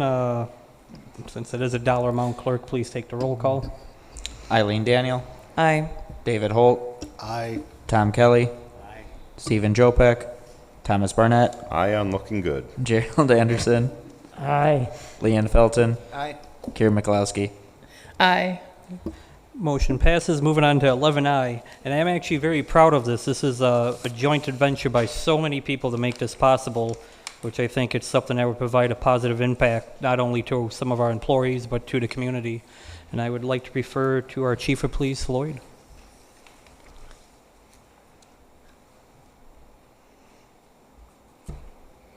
I'm just going to speak, and then I'll have Tara come up there. She did a lot of this work also. I'm excited to be here, as when I took the chief's job May 30th, 2017, one of my goals before I retired at some point in the future was to bring body camera technology to the police department. We started this process last year, and I wish we could have completed it last year because the pricing has been absolutely ridiculous in the year that it's taken to get to this point. And when I became chief, I inherited a very antique squad camera system that was in our squads. So it was a process talking with Zach that we couldn't look at either or. It had to be both of that technology. We're under certain guidelines when we interview people. Some of those interviews involving juveniles, crimes involving felonies, those people have to be visually and audioly recorded. So this opportunity, this day and age of policing, when I started 33 years ago, you stood up and took an oath that was pretty solid. Now, because of people that wear the uniform made some poor decisions, the public isn't so convincing that just because you wear a badge that what you do and what you said happened.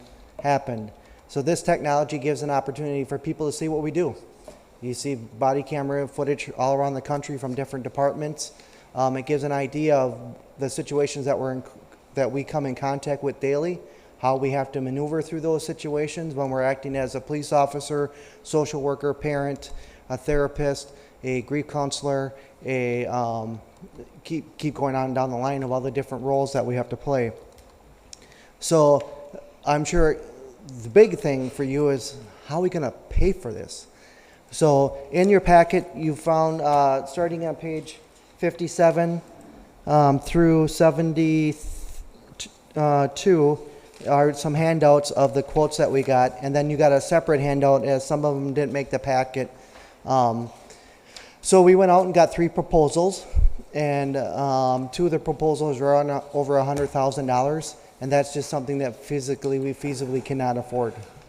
The third quote came in at 93. It's a company that Tara has worked with, and Tara again did a bulk of this work, and not almost all of this work, making contact with these companies, along with Officer Ben Curtis, who actually looked at some of the equipment and got a test on one. And she went back to the TKK company and said, "Hey, we're a longtime vendor of yours. What do you think you can do?" So they came back in with an updated quote of the 85,615. So that's the bottom line quote that we have, the lowest quote. And let me just share with you where we are financially to make that. Just on Friday, I was notified that the Aspirus Foundation is awarding the Rhinelander Police Department $5,000 towards this project. We received a $10,000 check from Triggs about a month ago. We received $4,000 in a grant from Walmart. This started with a citizen who came forward and sent me a check for $2,000 and said, I want you to have body cameras. So that really started that. So between the 5 from Aspirus, 4 from Walmart, 10 from Triggs, 2 from the citizen, and then Wendy was able to carry over $20,000 from last year's budget to put towards the project. And the state of Wisconsin came up with a Safer Community grant.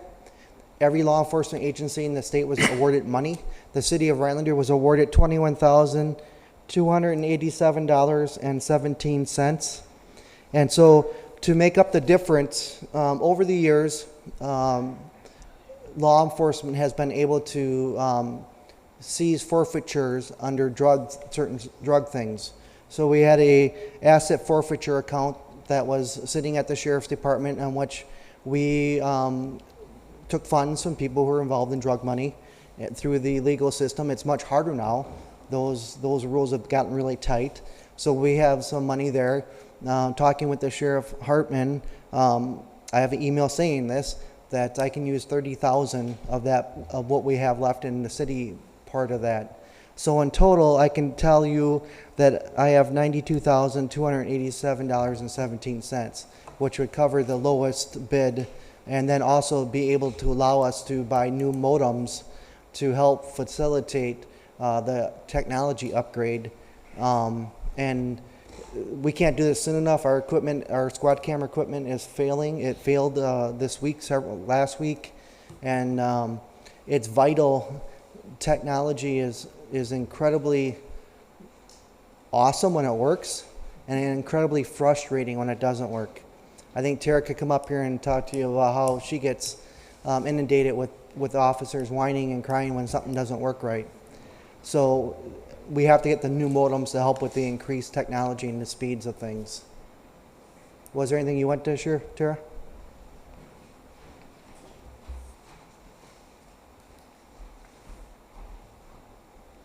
So in reference to the squad modems, I don't know, was that July they went down?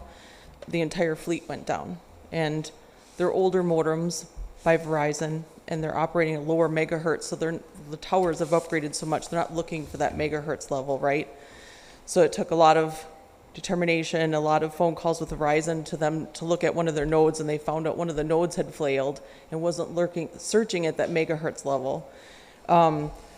He did reset the node, but he did let us know that, you know, eventually they're gonna quit working because they can't hit that tower. Eventually they're gonna shut that down.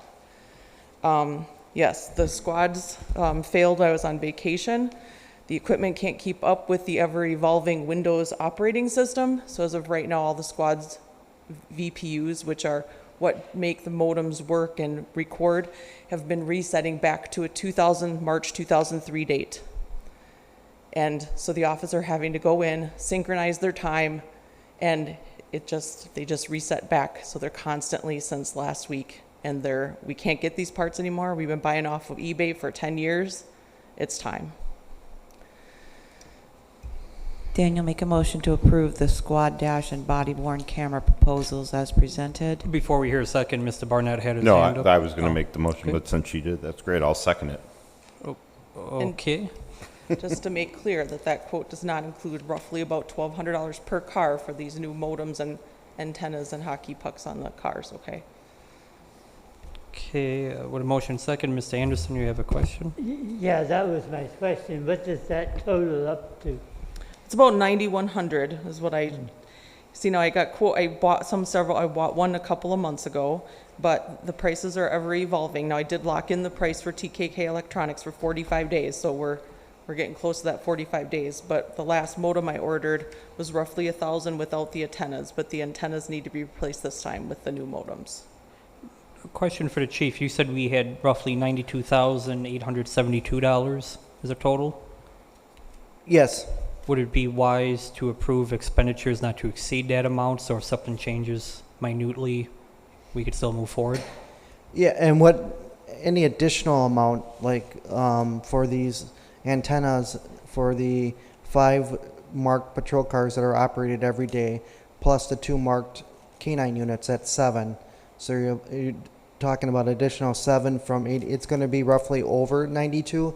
And the overage I'd have to find in my current budget or next year's budget whenever we would build to get everything up it together. Okay, Mr. Barnett? I'll rescind my second so that we can change the motion. No, we don't have to. Amend your motion. I'll amend my motion. Okay. So there's an amendment to the motion to say what? We're There amending wasn't. it to put a cap on it at the 92,000. 872 is what the chief referenced. Okay, I will amend my motion to add the caveat that the spending limit is $92,872. So is there Is there a a second to the second? Go ahead, Tom. I'll second the amendment. Okay, then you vote on the amendment. Well, discussion on amendment first, correct? You vote on the amendment first, and then you vote on the motion as amended. She just changed the amount, which is the amendment. Now you'd vote on the amendment, and then if you approve that amendment, then you vote on the motion as amended. So on the amendment, all those in favor? No, Aye. Gerald has a Aye. question. Mr. Anderson? Yeah, I just wonder, is that the right amount? If it's less, it'd be 94,000. So What are we actually contracting with TKK for? That would include the quote that you have before you for the 86,000 and some change is for body cams and squad cameras. We don't have a quote in front of you for the hockey pucks and the new modems. So those we would use in the additional amount that we have left, and whatever is over that, what we don't have, I'd have to find somewhere in my operating budget to complete the outfit of those squads. Ms. Michalowski? I'm just wondering how long it's going to take to get the equipment once this is approved and installed. Okay, back to Gerald's question, it also includes all the storage. So it's going to include cloud storage, so we don't have a server to take care of. So that's also included in that fee. And the last time I talked to TKK Electronics, they thought approximately 2 weeks delivery time on equipment. G-Tech was out, I think 3 months, and Axon was out 9 months. So 2 weeks. roughly 2 Awesome. weeks. Okay, so regarding the amendment, all those in favor? Aye. All those opposed?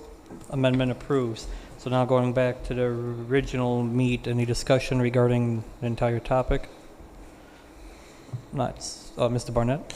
Would it be appropriate if the city budgets money for the overage of what is not appropriate? What you're trying to do is anticipate something you really don't know. It's going to take 2 to 3 weeks. They can come back to a next meeting and say, we need an extra $5,000. But now we just keep throwing darts out there. Sure. Yeah. But the big thing is to get this process so you can go order the Okay. equipment. All right. Okay, any other discussion? Not seeing none, clerk, please take the roll call. David Holt, Aye. Stephen Jopek, Eileen Daniel, Aye. Carrie Michalowski, Aye. Gerald Anderson, Aye. Thomas Barnett, Aye.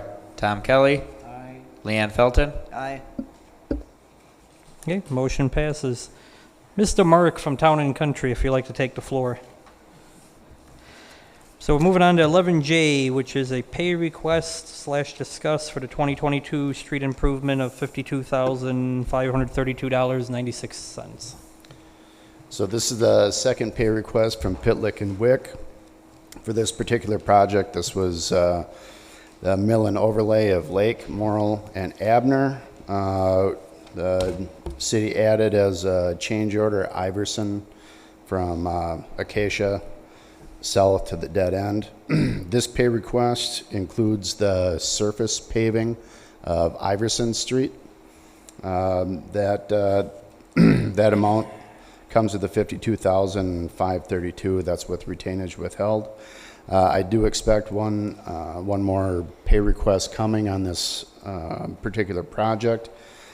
When it's all said and done, that next pay request will be about $20,000 to close it up. But we recommend payment in the amount of $52,532.96 for work completed to date. Taking out the change order of Iverson, has this come in budget, under budget, over budget, roughly? It comes in, if we were to take out Iverson, we are right about on budget. Mr. Barnett, you had your hand up? Yeah, I was going to make a motion to approve the pay request from Pitlick and Wick for 2022 street improvement project in the amount of $52,532.96. Mikulowski, second. Is there a motion second? Any discussion? Not seeing none, clerk, please take the roll call. Thomas Barnett. Aye. Leanne Felton. Aye. Karen Mikulowski. Aye. Tom Kelly. Aye. Gerald Anderson. Aye. David Holt. Aye. Eileen Daniel. Aye. Stephen Jopek. Motion passes. Move on to 11K, which is a change order for Timber Drive. Mark? Timber Drive, this is the project from Stevens Street to Coolidge Avenue. We have added, per change order, which you're seeing in front of you, some mill and overlays on West Phillip Street from Spruce to Maple and Oneida Street from Timber to Pelham. West Timber was a project on that we had planned on doing a mill and overlay on. This change order includes, well, we actually did, I apologize. We did the pulverizing and repaving of that, but we had to add some crush aggregate base course. We had a bad base in there, a lot of rocks and bad soils, so we did some EBS and some replacement of 3/4 inch base course, which is what you're seeing on this change order, and some rock excavation, which is included on this change order. Change order item number 2.13 is for asphalt wedging. What that is, on Oneida, Phillip, Coolidge, and Lois, we actually, when we milled that surface off, the base course material was exposed, meaning the asphalt was very thin. We couldn't get a good surface pavement on that rough surface where you have some asphalt, some pavement. So we had to put a skim coat over the top of that so that you could get a good surface coat on that. So this entire change order comes to $97,823.11. Mikulowski, I'll make a motion to approve the change order 1 for Timber Drive Improvement Project in the amount of $97,823.11. Is there a second? Holt, I'll second that. Any discussion? Not seeing none, clerk, please take the roll call. Karen Mikulowski. Aye. David Holt. Aye. Eileen Daniel. Aye.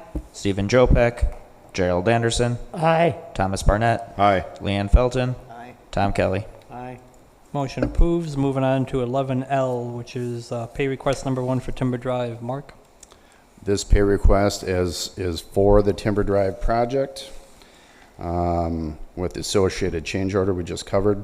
This is again, from Stevens Street to Coolidge. This was pulled up pulverizing, replacement of all the curb and gutter, driveway approaches, addition of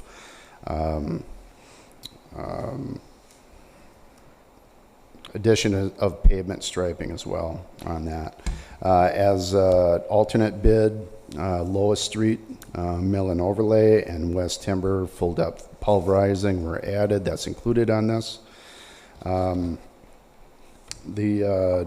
The final, this is the final pay request, is the first and final, in the amount of $1,067,043.32. We would recommend payment on that, and to answer your question, that's coming, Mr. Mayor, on this project with the addition of these change orders and the additional streets. This project still came under budget by over $87,000.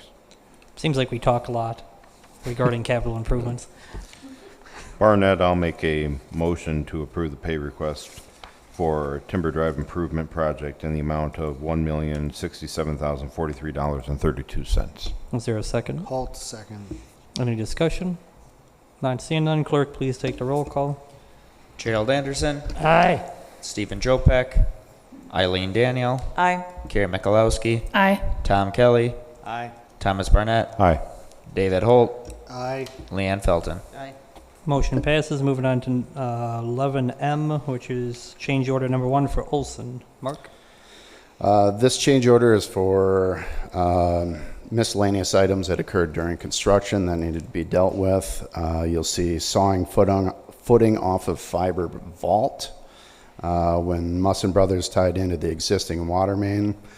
There's a base to a Frontier has some gigantic vaults out there for their fiber optics. The base of that vault extended out to where we needed to go with the sanitary sewer. They had to cut that off.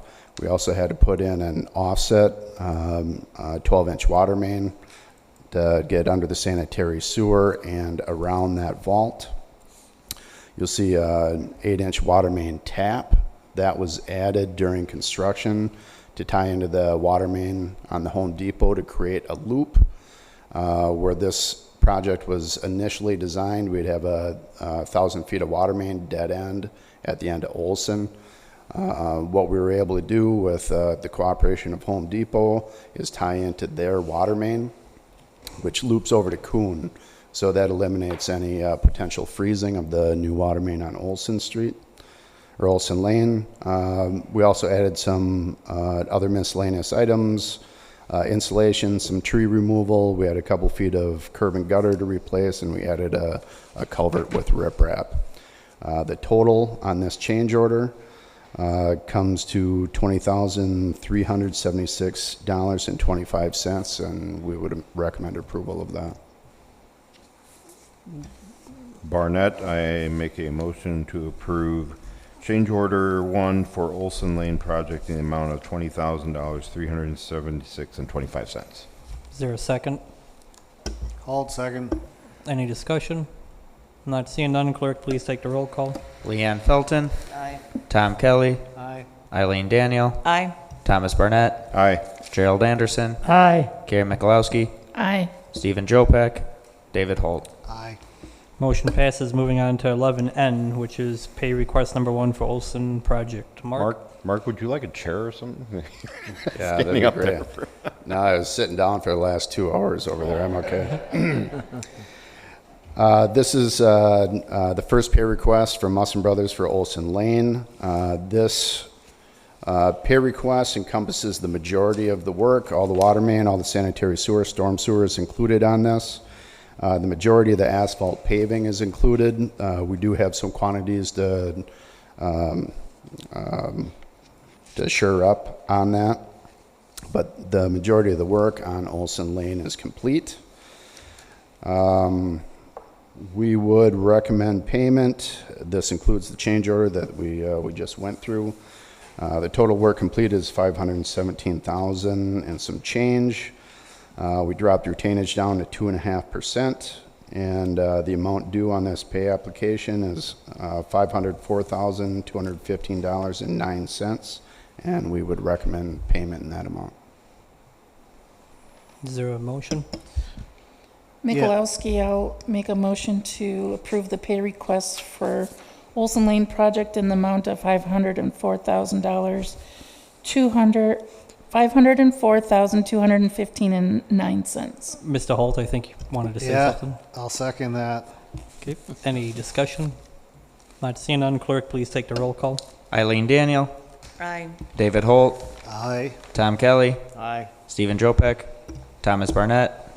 Gerald Anderson. Aye. Leanne Felton. Aye. Carrie Mikulowski. Aye. Motion passes. Moving on to 11O, moving into the future. Mark, what do we have? I believe this is Timber Drive project. We're just seeking the council's approval to go ahead and bid this. We bid the entire Timber Drive project this spring, which was Stevens Street to the bypass. The council did not award that. Prices were high. Prices were high. We ended up rebidding that project from Stevens Street to Coolidge, which is the pay request you just approved. We are going to rebid this with council's approval next week. It'll hit the paper on Tuesday. The scope of this project has changed since we bid it out this spring. There's transite pipe on Timber Drive. Transite pipe is a asbestos pipe. It's fragile. If you look at it, it'll break. If you dig near it, it'll break. If you backfill it, it'll break. If you don't backfill it, it'll break. It's horrible stuff. So the original bid did not include replacing that transite pipe. One of the reasons we felt that the bid prices were high the first time around was, first of all, the lack of materials. If the contractor were to break that transite pipe, which is quite possible, finding the materials to replace that pipe would be difficult in this day and age. So we've included the replacement of that transite pipe, which is a significant amount. The intent on this would be to bid this project from Coolidge to the bypass with full replacement of the transite water main, which is 1,800 feet. It would also include the upgrading of the sanitary sewer, which is an upsizing. This was, the sanitary sewer upgrades was bid the first time around. Right now, that sanitary sewer is running at capacity, if not a little over capacity, and with the new developments coming in with the Holiday Inn Express and potential development to the east, it's necessary at this time, if you're going to do the street construction, you need to do the utility upgrade. So the base bid would be the upsizing of the sanitary sewer with replacement of the transite pipe. We will also bid this with an alternate bid of replacing all the water main from Coolidge to the bypass. You'll see the breakdown I have in front of you. Our base bid, we're anticipating about $3 million. In this environment, I can't make any promises on that. With the alternate bid of adding all the water main, we anticipate another $900,000 to be added to that. As far as funding on this, the city was awarded funds from the DOT through the Local Roads Improvement Project or program of $450,000. Once the project is completed, the city will get reimbursed on that. The city was also awarded up to $318,000 from stewardship, that's through the DNR, for the bike path. So you will have $770,000 roughly coming in for grants on this as well. We anticipate getting that out in October, opening bids in November, and it would be 2023 construction. And just to be clear, this is to seek out the bidding process, not to actually, contract with anyone. Correct. This is just putting in the paper, getting bids. Once bids are received, we would bring it back to the council for award. Barnett, I'll make a motion to approve the bid proposal process for Timber Drive project. Daniel, second. Correct. Any discussion? Mr. Barnett? Why on earth would anybody use transite pipe that's so brittle in the first place? They didn't know it was when they first put it in. They thought it was a new big deal. Like how long ago was it? Oh, that was, Scott probably put it in probably in the 70s, I would imagine. Okay. Not seeing any other discussion. All those in favor? Aye. All those opposed? Motion passes. Moving on to 11P, similar concept for the Oneida Avenue project, which is page 90 in your packet. Again, Oneida Avenue, you approved the interim financing with Ellers tonight.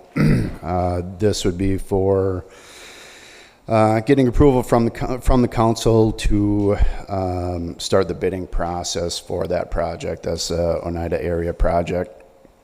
That's Oneida, Conroe, Anderson, King, Blackburn, and Pelham. That's full utility, street and utility reconstruction. We'll also be adding an alternate bid for Courtney from Pelham to Oneida. Courtney has no utilities running through that street, so we're looking right now at doing something similar to what we did at Timber Drive from Stevens to Coolidge. If the base course is sufficient and good shape, it'd be a full depth pulverizing, replace the curb and gutter and sidewalk. We will be crossing Courtney in a couple places. We'll be crossing at Blackburn, extending water main across Courtney, and we'll be extending water main across Courtney at Conroe as well. How we're going to make that decision is about whether we're going to reconstruct Courtney or do a full depth pulverizing. We have a soils engineer that is doing soil borings right now. They're going to take a look at the depth of base course and see if it's sufficient to do a full depth pulverizing.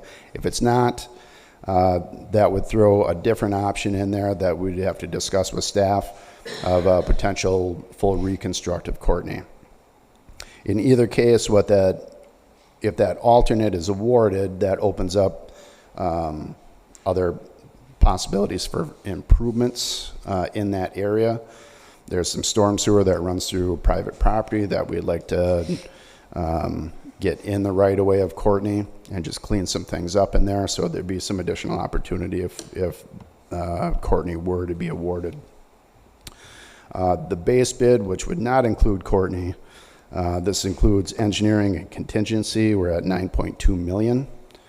The alternate bid, we're anticipating about $670,000. Going down to funding, from rural development, you'll be receiving $3,872,000 in loans, almost $2.1 million in grants. Safe drinking water, you're awarded $2 million in loans and $1.3 million in grants. So those final numbers need to be worked out, and if you look at those numbers, it's really close to that 9.2. There's always going to be a city share on these big projects, but with that amount of funding awarded, it allows for, if bids come in high, which is quite possible, you have that funding available that will cover those additional expenses. If bids come in where we're anticipating or lower, the city would have the opportunity to add on additional areas to be able to use the full funding amount. So what we anticipate is November 10th. We would like this out to bid. We're going to have this out for a month, where Timber Drive, the previous one, that'll be out for 2 weeks, which is pretty standard. On these larger projects, we like to get them out there longer.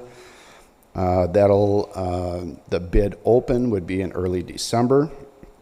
And construction start, I have March 2023. That's weather dependent. It could be late March, early April. And substantial completion in October, which is everything but the final surface of asphalt. And then in 2024, do the final surface of paving and be done with it. Mr. Henderson? Yeah, it must be a real challenge to keep up with the prices on these things these days. A challenge is it's a... I just had a question. Is there any possible advantage in putting this and the previous project out for bid at the same time?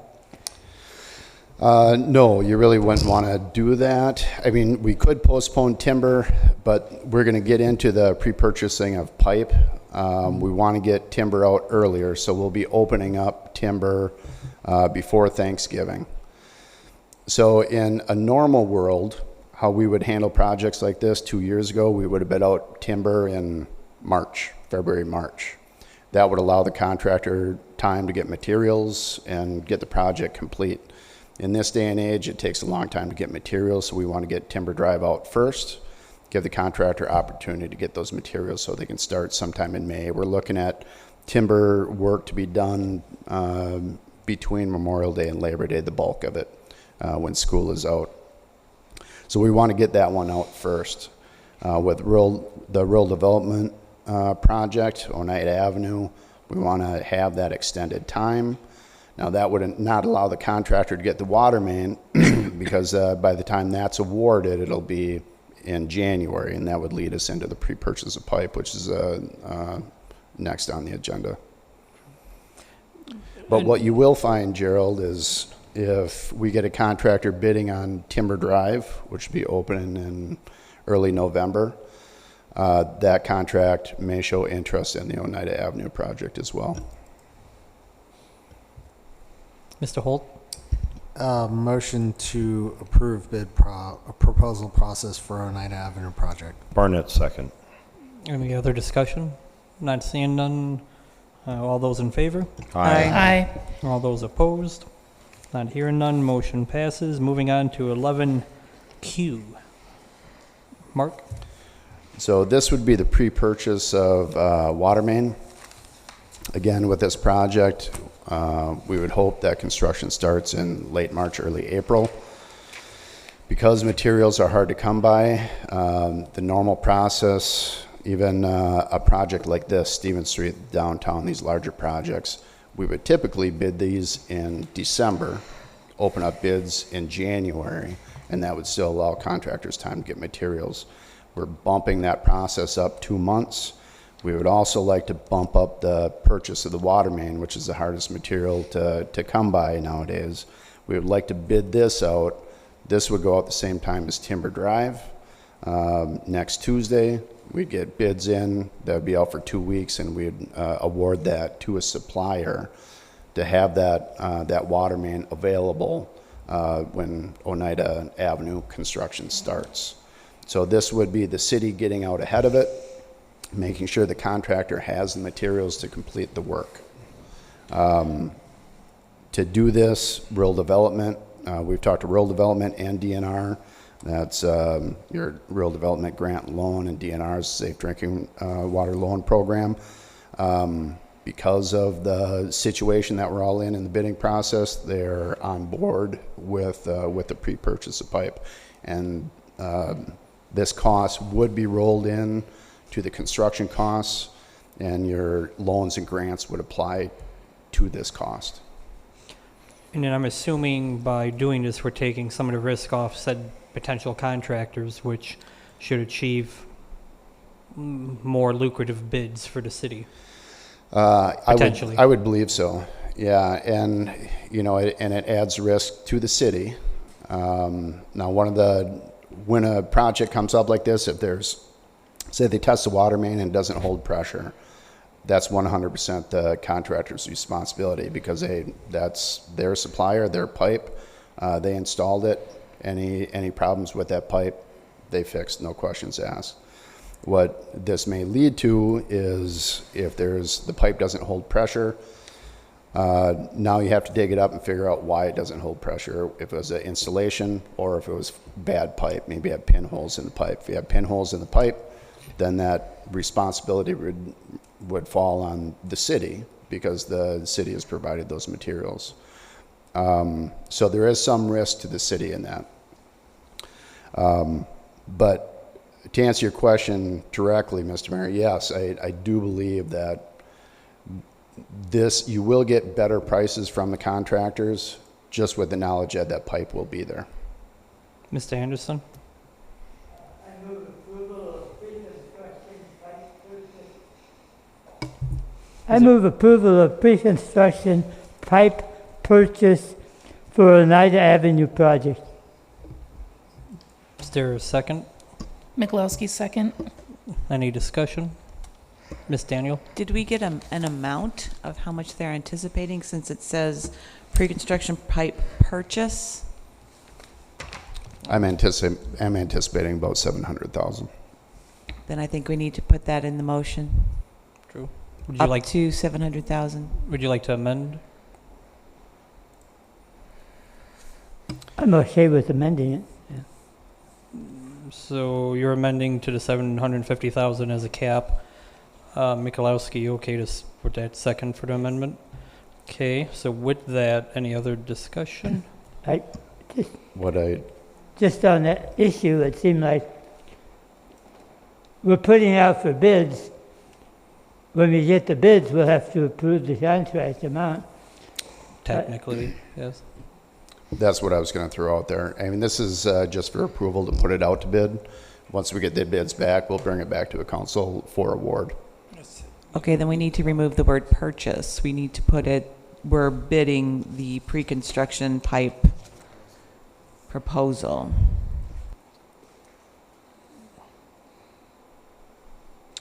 Yeah. Basically, the concept is you're allowing him to put this out on bids, he'll bring back the bids, and then you'll approve the bids. Right, but I just want to make clear, I just want to clarify the motion. We're not approving a purchase at this time. We're approving the bid process for the pre-construction pipe. So there's no dollar amount. Okay, Mr. Clerk, where are we currently at with the process? Last I have is amendment by Anderson to create a $750,000 cap on the original motion, with Michalowski seconding that amendment. So how does the body want to move forward from that point to where we want to be? Mr. Holt? Yeah, I have a question. If we approve it worded that way, where we have a dollar amount cap, does that in effect mean that Mark has the authority to go ahead and make that purchase if it's under $750,000? No. He would still have to bring it back before council. Okay, then it's probably immaterial. Piggybacking off his question, if the bids come in over 750, do we have to rebid? You're gonna have to approve the final bids anyway, because if you have three different manufacturers, we may have to, or three different suppliers, you may have to decide we like one supplier over another supplier. It's not all about money. All you're doing is establishing an amount that Mark should be looking somewhere around $700,000. I don't think it complicates it, but understand he's gonna still have to bring it back to you. Let's vote. Okay, not seeing any more discussion. Clerk, please take the roll call. Carrie Michalowski, Aye. David Holt, Aye. Eileen Daniel, Aye. Stephen Jopek, Gerald Anderson, Aye. Thomas Barnett, Aye. Leanne Felton, Aye. Tom Kelly. Motion approved. And just like that, we're done with new business. Moving on. No, we have to go to the original Oh, amendment. damn, I lied. So Nah. now going back to the original motion, any discussion? Not seeing none. Clerk, please take the roll call. Gerald Anderson, Aye. Stephen Jopek, Eileen Daniel, Aye. Carrie Michalowski, Aye. Tom Kelly, Aye. Thomas Barnett, Aye. David Holt, Aye. Leanne Felton. Aye. Okay, now just like that, we're done with new business. Moving on to 12. Would anyone like to go into closed session? I'll make a motion to go into closed session if necessary, convene into closed session pursuant to Wisconsin Statute Section 19.851 sub C E G, considering employment, promotion, compensation, or performance evaluation data of any public employee over which the governmental body has jurisdiction or exercises responsibility, in deliberating or negotiating the purchasing of public properties, the investing of public funds, or conducting other specified public business whenever competitive or bargaining reasons require a closed session. A, discuss litigation is or in which the city may become involved in, deliberating or negotiating the purchasing of public properties, the investing of public funds, or conducting other specified public business whenever competitive or bargaining reasons require a closed session. C, considering employment, promotion, compensation, or performance evaluation data of any public employee over which the governmental body has jurisdiction or exercises responsibility. D, adjourn closed session and return to open session and take action as necessary. I'm sorry, I missed that. What was? Holt, second. Closed session, if not. Okay. Well, there's a motion and a second. Clerk, please take the roll call. Leanne Felton, Aye. Tom Kelly, Aye. Eileen Daniel, Aye. Thomas Barnett, Aye. Gerald Anderson, Aye. Carrie Michalowski, Aye. Stephen Jopek, David Holt. Aye, Can I request 5 minutes before we go into closed? Sure, 5 minutes. 8:59, we're going in. Well, 8, whatever.